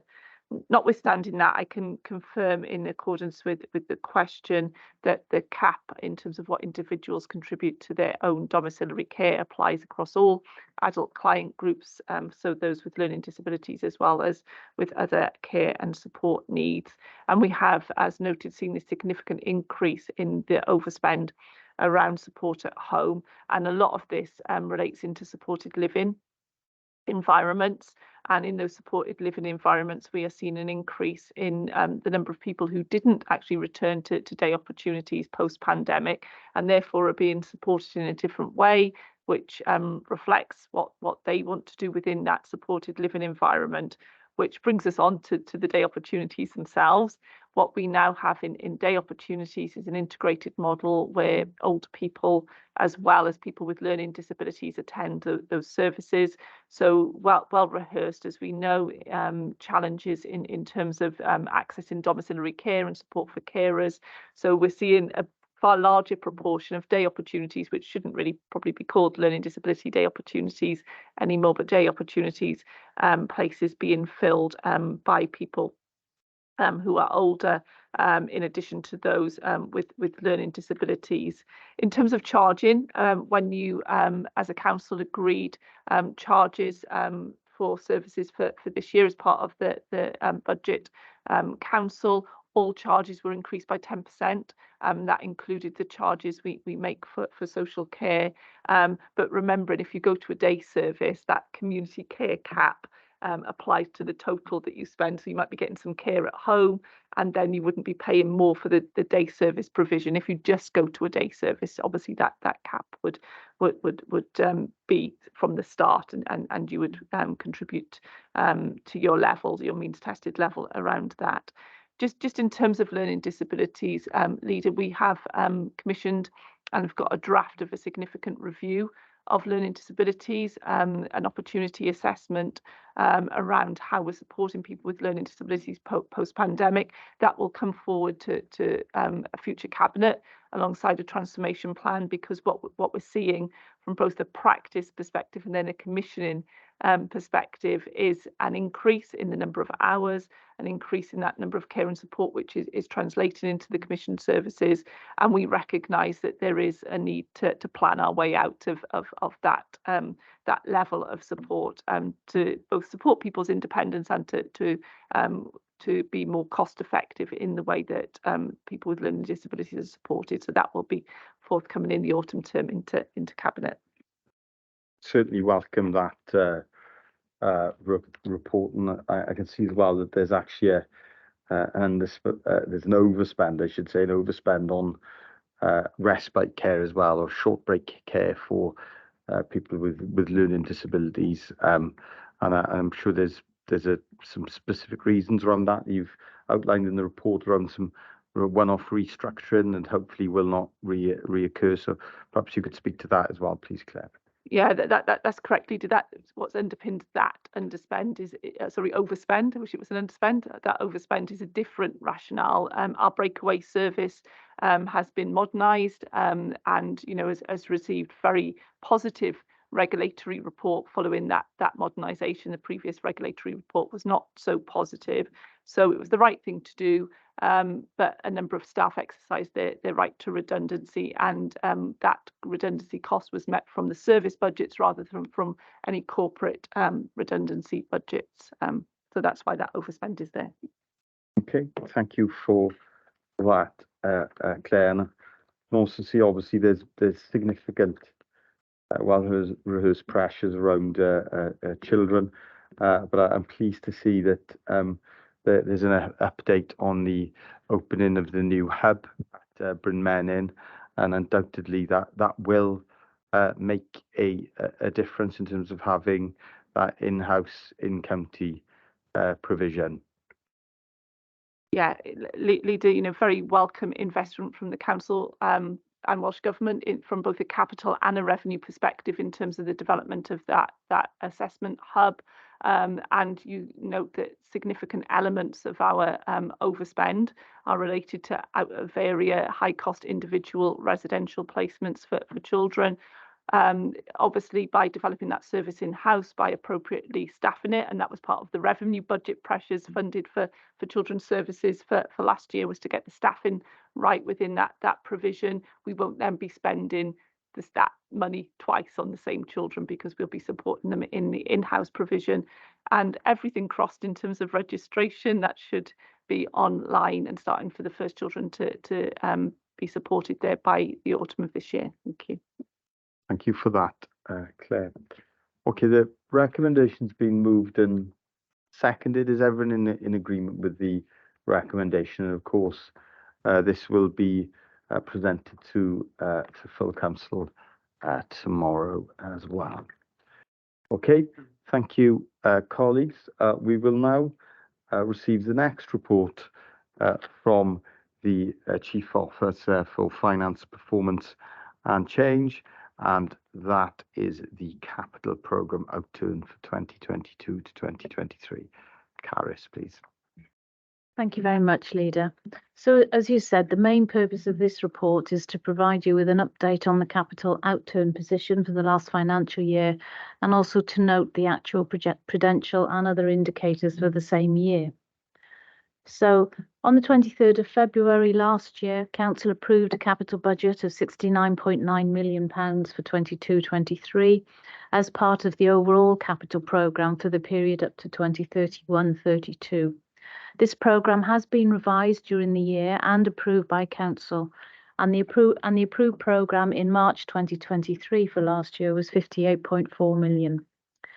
The programme was to be met by a number of resources, 21.8 million from Bridgend County Borough resources, which would have included the use of capital receipts, contributions from earmarked reserves and borrowing, and then the balance of 36.5 million was being funded from external sources. The details of the individual schemes showing in the budget available last year compared to the actual spend for the year is detailed for you at Appendix A. Since the last report was considered by members in March this year, there have been some minor amendments made to the programme, and these are detailed for members in paragraph 3.1.2. The revised budget, therefore, for last year was 58.76 million. Total capital spend in last year was 29.2 million. And after slippage into 2023-2024 of 27.9 million and some small adjustments to grant-funded schemes, it represents an underspend of £795,000. Slippage has occurred for a number of reasons, including delays in starting projects to enable more detailed survey works to be completed, supply chain issues, and discussions with external funders. And these issues were reported during the year as they arose. Details of the main areas of slippage are provided for you today at paragraph 3.1.4 of your report. The majority of the underspend that I mentioned will be returned to the Council's capital funding provision to contribute to future capital schemes. So the capital strategy gives an overview of how capital expenditure, capital financing and treasury management activities contribute to the provision of services, along with an overview of how associated risk is managed and the implications for future sustainability. To ensure that we monitor this, a number of prudential indicators were included in the strategy, which was then approved by Council. And in line with the requirements of the Prudential Code for Capital Finance, the Council is required to establish procedures to monitor both performance against all forward-looking indicators and the requirements specified. Appendix B details for you the actual indicators for the last financial year based on the capital programme outturn, and these confirm for you that the Council is operating in line with those approved indicators.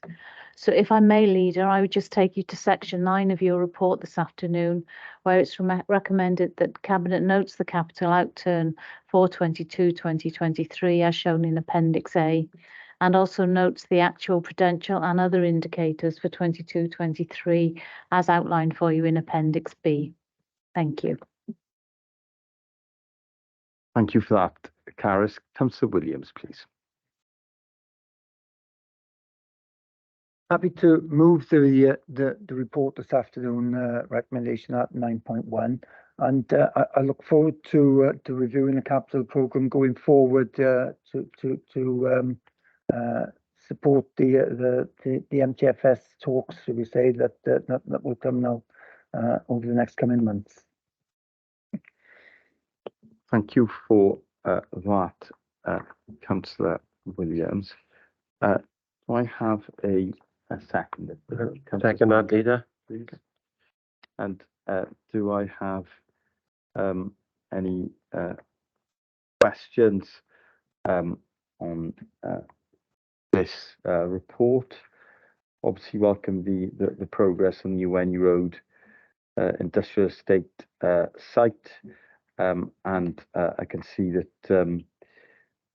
there's an update in the shared of prosperity fund, and also Carys, I wanted to ask about the affordable housing line in the report, please, and the allocation for that, and confirmation of that of that sum, and the reason for it being reported. Carys, please. Thank you, Leader. Yes, that £844,000 is actually Section 106 monies that we received last year and has been earmarked to help us to support with our affordable housing that we require in the county. So it was linked to two schemes, two schools actually. We had money in relation to, because the housing implications were picked up, and we successfully had some Section 106 monies. So we will be bringing to Cabinet very soon a draft homelessness strategy, and that's going to outline our aspirations with regards to what we need to do to increase the housing availability across the borough, because you heard in the revenue budget the pressures that our homelessness service is under. So we're looking at options really of how we could spend that 844,000 so that we can improve and increase the availability of stock to support those people who are currently in temporary accommodation. Certainly welcome that work and look forward to receiving that report and progress on that. Thank you for that, Carys. Councillor Spanzik is next, please. Thank you, Leader. Yeah, I got the part in there I'd like to point out, which is great, is page 98 is £500,000 Bringethin depot, and I had the opportunity yesterday with Zach and other colleagues to visit the depot, and there's some really great work being done there. The new roofs, electrical facilities, and the shower in the welfare facilities, all really good quality work, a really good place to work, a good depot, central to the county borough. Still more to be done with ventilation, and still some expenditure. There's opportunities there to really consolidate as a good quality depot, but it touches on in this report Park Avenue and Waterton depot. I'm looking at it, I'm panicking a bit. I cannot find in the thing that in the Appendix A I think it was 8 million for Waterton depot. We've still got that sort of elephant in the room that we've got to deal with. and it's going to cost more than 8 million ultimately if we move or if we do something to that depot, which is in the floodplain. So we've got real challenges to the capital budget moving forward from a depot point of view. Doing great work at Brinket and depot. I just would like, I think there's a report coming soon, and Zach is working on stuff on imminent capital pressures just now this year, which are not shown there. There's things we imminently have to deal with. But Waterton depot is one that we're going to have to grasp sooner or later and make sure we understand what we're doing, where we're going with our depot. Is it staying there? Are we spending money there? Or are we moving? If we are moving, where are we going? And where's the money?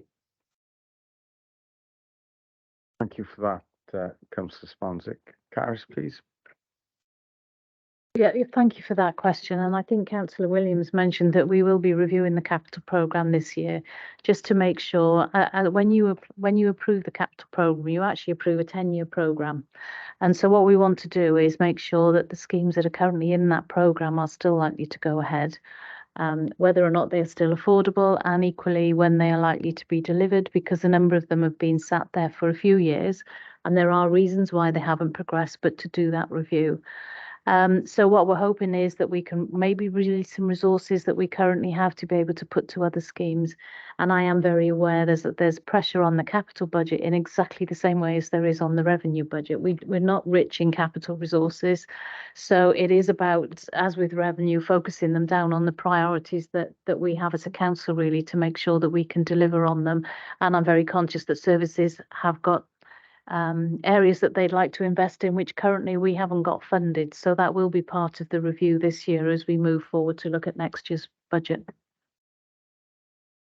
Thank you for that, Councillor Spanzik, and I think that review is to be welcomed.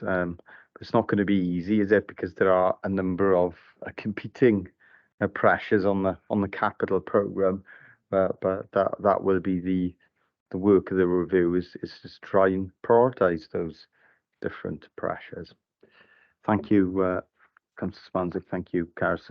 Recommendations have been moved and seconded. Is everyone in agreement? And this report can then be presented to full council tomorrow.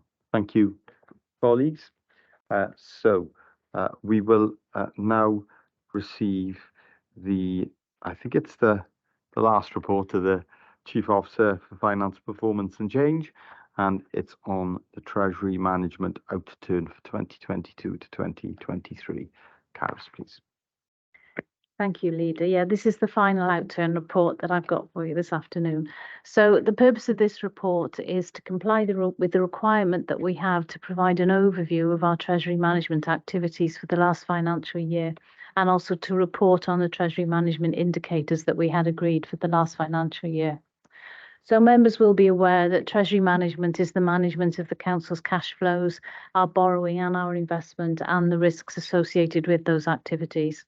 And we are exposed to financial risk, and therefore the successful identification, monitoring and control of that risk are central to our prudent financial management. So again, the Treasury management strategy for last year was approved by Council in February 2022. So the report in front of you this afternoon outlines the economic context within which Treasury management activity took place last year. And we have reported these in some of our in-year reports, and they remain the fact that the war in Ukraine has kept global inflation rates very high. The economic backdrop in January to March 2023 was characterised by high energy and commodity prices, high inflation, which has impacted on household budgets and the ability to spend. So the Consumer Price Index rose to 10.1% in the 12 months to March 2023, which is an unprecedented rate of inflation in recent years. Interest rates were also increased on a number of occasions during the year to try and curb inflation. So the bank rate started at 0.75% at the beginning of the financial year and was increased 8 times during the year to 4.25% at the end of March 2023. And again, we've not seen that level of change within the interest rate system for very many years. So our Treasury management activities are undertaken in line with the requirements of the Chartered Institute of Public Finance and Accountancy and our own Treasury management activities were reported to Governance and Audit Committee, Cabinet and Council throughout the last financial year. A summary of our activities during that year is shown for you in Appendix A, and Table 1 in the report summarises the Council's positions with regards to external debt and our investments. In summary, there was no long-term debt taken out during the last financial year. We didn't reschedule any debt during the year, as there was no financial benefit to the Council to do that, but that is something that we keep under regular review.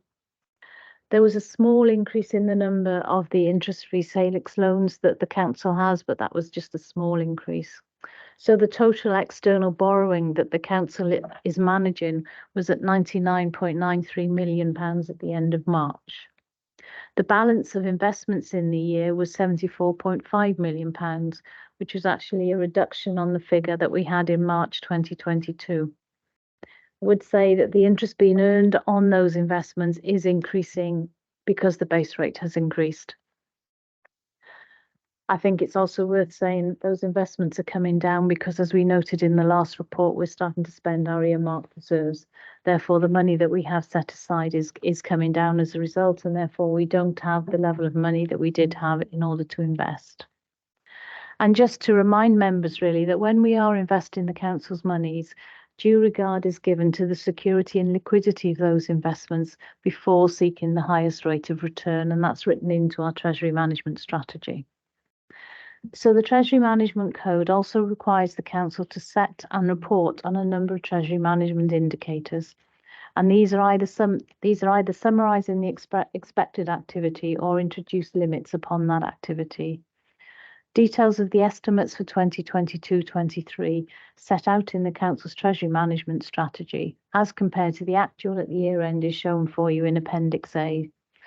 And these details indicate that the Council operated within the approved limits throughout last financial year. So if I can, Leader, I would just take you to Section 9 of this report, where it's recommended that Cabinet note the annual Treasury activities for the last financial year, and also note the actual Treasury management indicators for 2022-23 against those approved in the Treasury Management Strategy for that year. Thank you. Thank you for that, Carys. Councillor Williams, please. Yeah, thank you, Leader. And again, I welcome this report. I think it demonstrates the effective way in which the authority manages its finance. I know we've mentioned it before, there's a balance between risk and responsibility, and no security and liquidity. But I think we've got the balance about right there, and I'm happy to move this report. Thank you for that, Councillor Williams. And of course, this report in large part reflects the changes in the economy, doesn't it, in terms of the increase in the rates overall, which have been reflected in the better return on our investments. And I'm pleased to see that investments that have been made have, of course, been repaid, and we continue to strike that balance, don't we, as you've outlined, and Councillor Williams have outlined, around liquidity, risk and return, but that focus always, and the priority always been on safety of those investments, and if we can have a return, then of course we would want to have a return, because this has contributed, hasn't it, to offsetting the large overspend that we just heard about in the revenue outturn. And this is one of the ways that we've been able to address that through sound, careful Treasury management.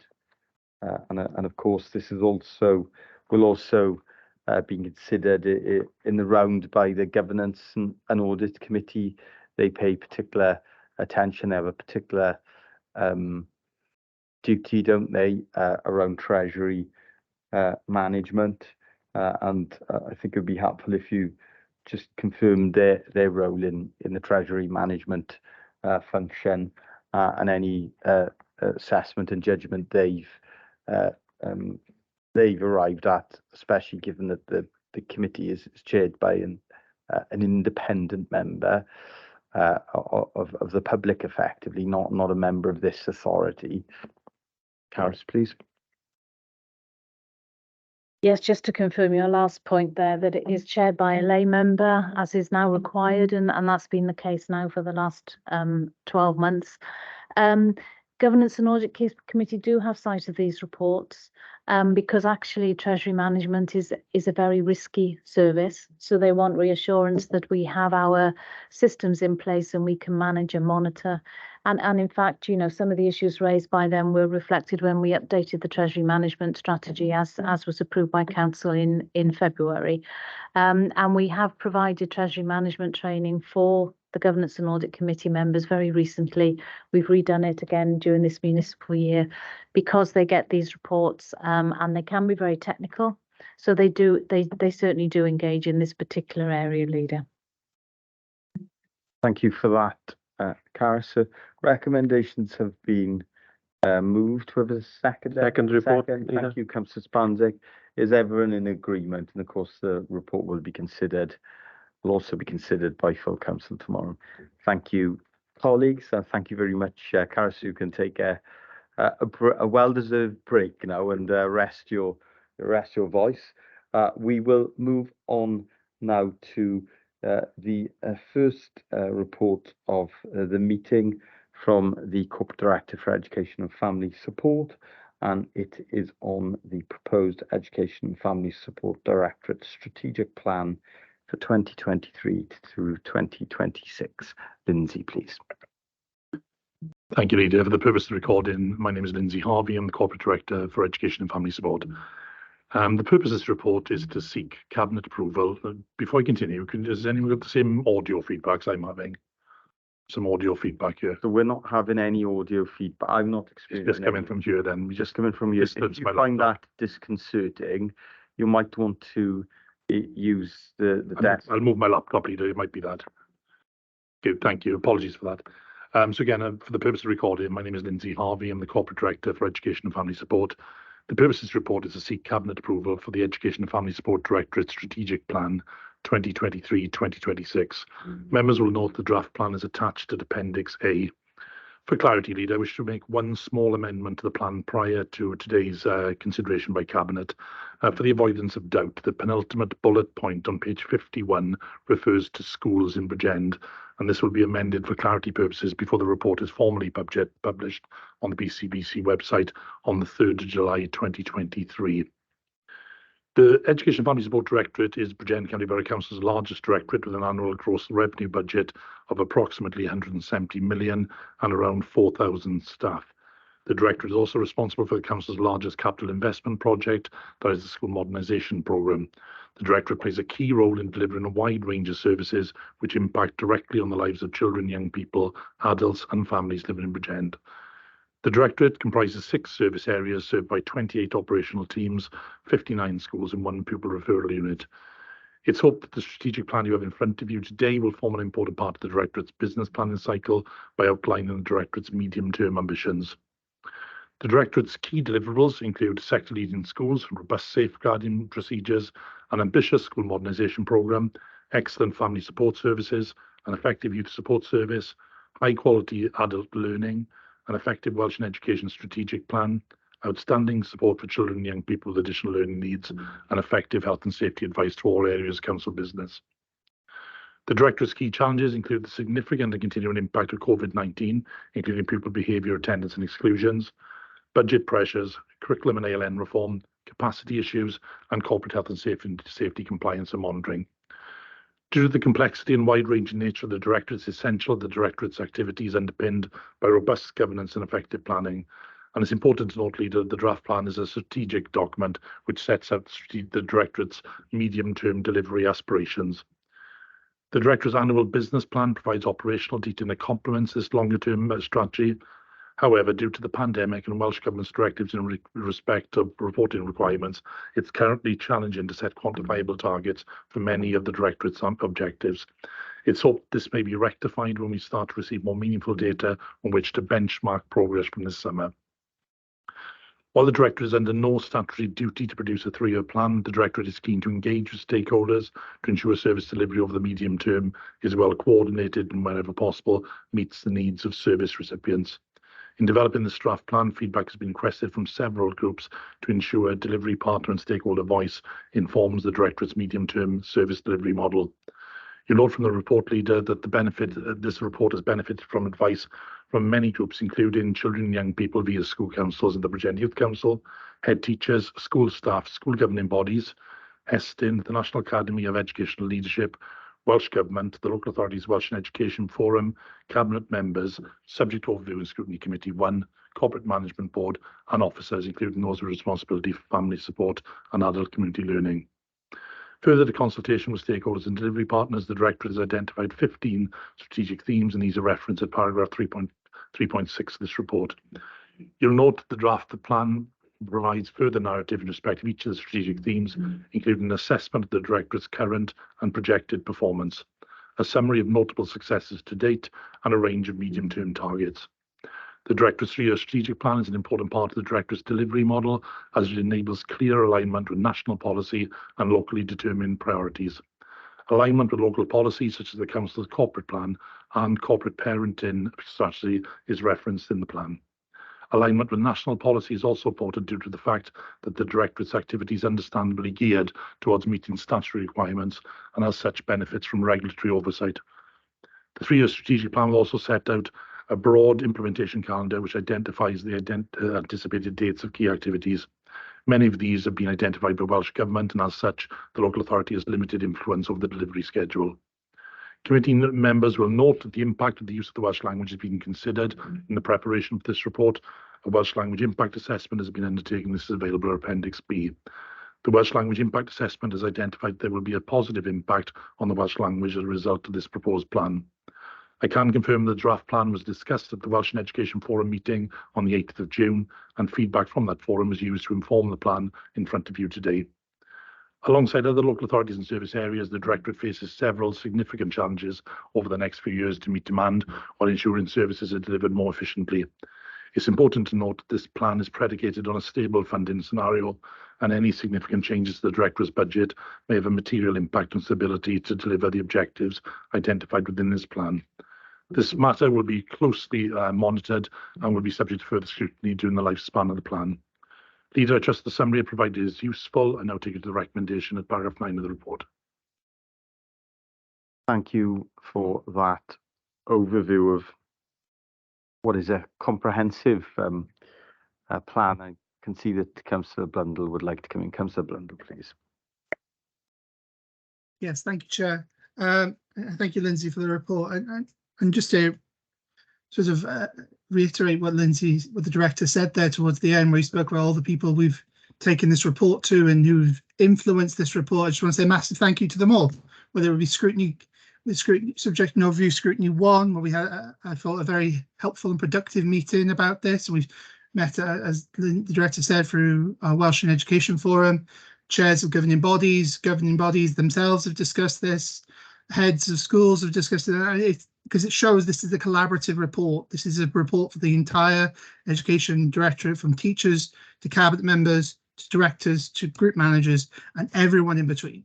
It is a massive collaborative effort, and I want to thank everyone for that. But the only comment or sort of question I would like to make, Lindsay, this came up in scrutiny and also when we had our Estyn joint inspection last week.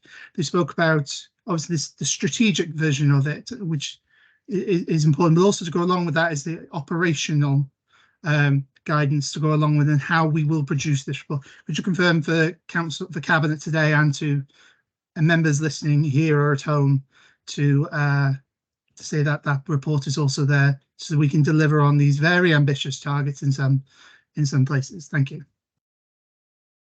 Thank you for that, Councillor Blundell. Lindsay, please.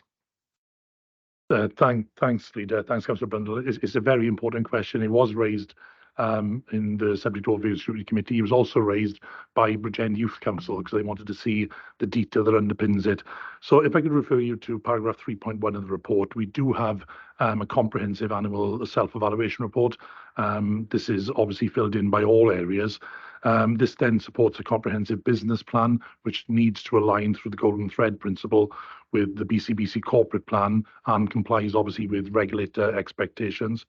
The business plan then is mapped with a range of objective progress trackers, which we check progress against each of the delivery outcomes on a quarterly basis.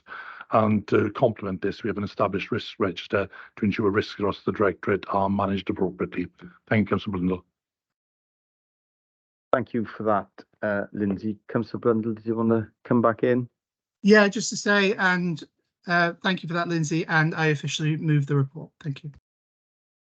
Thank you for that, and I can see that Councillor Farr is happy to second the report, and I'm pleased to see listed as one of the key stakeholders children and young people via school councils and Bridgend Youth Council. Is so important, isn't it, that learner voice is at the heart of our plans, because it is about delivering outcomes for them. And you've given an example already of how the Youth Council were very engaged in this plan and its development. And I welcome the partnership approach that we've taken with schools and with the profession and with partners like Welsh in Education Forum and the input of Subject Overview and Scrutiny Committee 1. A recent plan has been launched by Welsh Government with support from the highest level. That's the Anti-Racist Wales Action Plan, signed off by the First Minister and the Minister for Social Justice. And I can see there's some reference in there to what we're going to do, but clearly we've got a big challenge ahead of us to deliver on that agenda. We know that racism is unfortunately an everyday occurrence for some people living in the county borough, and it's particularly sad and obviously difficult when it's children and young people experiencing that, and we have to and will do more to tackle that. So can you explain how that has been incorporated into the plan, as I know it's something that I've raised previously, and you've reassured me that it's at the heart of what we do is tackling that discrimination. Lindsay, please. Thanks, Leader. Yes, it is a very important point. It is embedded within the plan. I refer you to strategic theme 5. A key part of this is for the team, principally the school support team, and also in conjunction with our partners, Central South Consortium, to work very closely with our teams on the diversity and anti-racist professional learning resources that are available currently on Hub. And we'll be working with schools and other settings to make sure that these are fully embedded in practice. Okay, thank you for that, and that's to be welcomed. And of course, we have a new curriculum, and for the first time, that new curriculum in Wales will ensure that the history of minority communities will be reflected in that curriculum. So it's a curriculum for all our children. That will of course require some training and additional professional learning development, and I'm sure that will be addressed with our schools. Thank you, Lindsay. Recommendations have been moved and seconded. Is everyone in agreement with those recommendations? Thank you, colleagues. We will now move on to the second report of the Corporate Director for Education and Family Support, and that is on the outcome of the EST inspection of Ysgol Gyfun Gymraeg Llangynnoed. Lindsay, please. Thank you, Leader. Well, first of all, I'm absolutely delighted to bring this report to you today. I've been involved in the education system as an adult, as a teacher, as a school improvement professional, and obviously in my current role, and also as a senior civil servant. And in all those years, this is probably the best report I've seen of a school. So I am thoroughly delighted to bring this to Cabinet today. and it reflects the enormous amount of work that Ysgol Gyfun Cymraeg Llangynoed have put into delivering the best possible learning experiences for the children and young people of this county borough. So the purpose of this report is to inform Cabinet of the outcomes of the recent inspection of Ysgol Gyfun Cymraeg Llangynoed. The report that was launched or published on the 5th of June following the inspection of the school in March 2023. Estyn inspectors concluded the school provides a positive environment for pupils to thrive academically and develop as well-rounded citizens. The school did not receive any additional recommendations from Estyn, and it's understood this is the first time a Welsh medium school has achieved this. It's a rare occurrence not to receive additional recommendations from Estyn, which further emphasises the level of the school's achievement. Estyn has also invited the school to prepare case studies on its work in relation to ways in which the school ignites a sense of belonging to the school and how this influences a high level of well-being and attendance, and planning for improvement to ensure the best learning experiences for pupils. Estyn's evaluation on the quality of learning state that many pupils make strong progress in their subject understanding and skills, and pupils who attend the specialist unit of the school make consistent progress in their personal and social skills, over time developing increasing confidence and resilience. Estyn found that most pupils take pride in being part of the school family and benefit from its safe, caring, close-knit and inclusive community. In lessons, people foster the mindset of being successful individuals and demonstrate resilience when solving problems. They develop to become ambitious individuals and take pride in their successes. Teachers have sound subject knowledge and know their pupils very well, and they also demonstrate positive and effective classroom management on a consistent basis. Estyn reports that the school is an extremely caring and inclusive community. All staff promote and encourage pupils to develop and adopt positive attitudes, and staff have developed a successful system for tracking and improving attendance following the challenges after the pandemic. The head teacher is an inspiring leader who is very well respected among the staff and the school community, and leaders address local and national priorities purposely. The governing body provides strong support for the school's work, and under the robust guidance of the chair and vice chair, the governing body is very knowledgeable about the school's strengths and areas for development. Leader, obviously delighted to bring this report to you today, and I take you to paragraph 9 of the report and ask that Cabinet notes the content of this report. Thank you. Diolch yn fawr iawn, Lindsay. I will bring in Councillor Blundell, please. Thank you, Chair, and thank you, Lindsay, for the report. What an amazingly stunning report this is to present to Cabinet today. There are no superlatives left in the English language or Welsh language that neither myself nor Lindsay nor this authority could heap onto this school, and to the head teacher, Meirig as well. Absolutely fantastic. You know, it just goes to show head teacher of the year, Meirig Jones, and also the way this school is just developed. We've been twice since I've become cabinet member leader. I think we even took the minister round as well, Jeremy Miles, and I think we all agreed after that visit it's just a fantastic school. And I know the minister is extremely proud as well, because I've spoken to him about it as well, and Estyn as well. When we met with them last week, they couldn't add anything more to it than we can. It's just fantastic to everyone. I'd also recommend everyone pick up the Gazette this week, because there's a lovely splash in there about the schools. It shows Welsh medium provision in secondary education in this county is growing. It's brilliant. It's fantastic. And just so all members are aware, there's also a briefing being arranged for all members, because this is not just a school of the Linfi Valley or Llangynoed. This is the whole county school. So there'll be a briefing for all members to go through the Estyn report. I think it's on Monday. I could be wrong. So please come along and listen to the fantastic work that is going on. So da iawn, Llangynoed, and da iawn, Meirig, and thank you very much, Leader. Oh, and I move the report. Thank you for moving on. I can hear Councillor Spanzik was thrilled to second that recommendation as well. Welcome, second report, yeah. Thank you, Councillor Spanzik, and I can say that I, on behalf of all cabinet members, I know we're exceptionally proud of the achievement of the school, and it is, they say, team Llan, and it is a team effort, isn't it? And that effort is from the chair of governors to every pupil in the school, and I'm thrilled that it's been recognised as a centre of excellence, a beacon of excellence, and indeed I would say one of the best, and I say this without any fear of contradiction at all, one of the best Welsh medium secondary schools in the country, and by definition the world. But I wanted to say a big thank you and well done. So thank you all. Colleagues, we'll now move on, but before we move on, I am going to suggest that we take a short comfort break, because we have been in here since 2:30, and I know many colleagues have joined straight from other meetings. So we will break for 10 minutes and return at 4:55. So that is 4:55 on the large screen in front of me, not the time that is on all the other laptops. That would be 4:56 on everyone else's laptops. Okay, thank you, colleagues.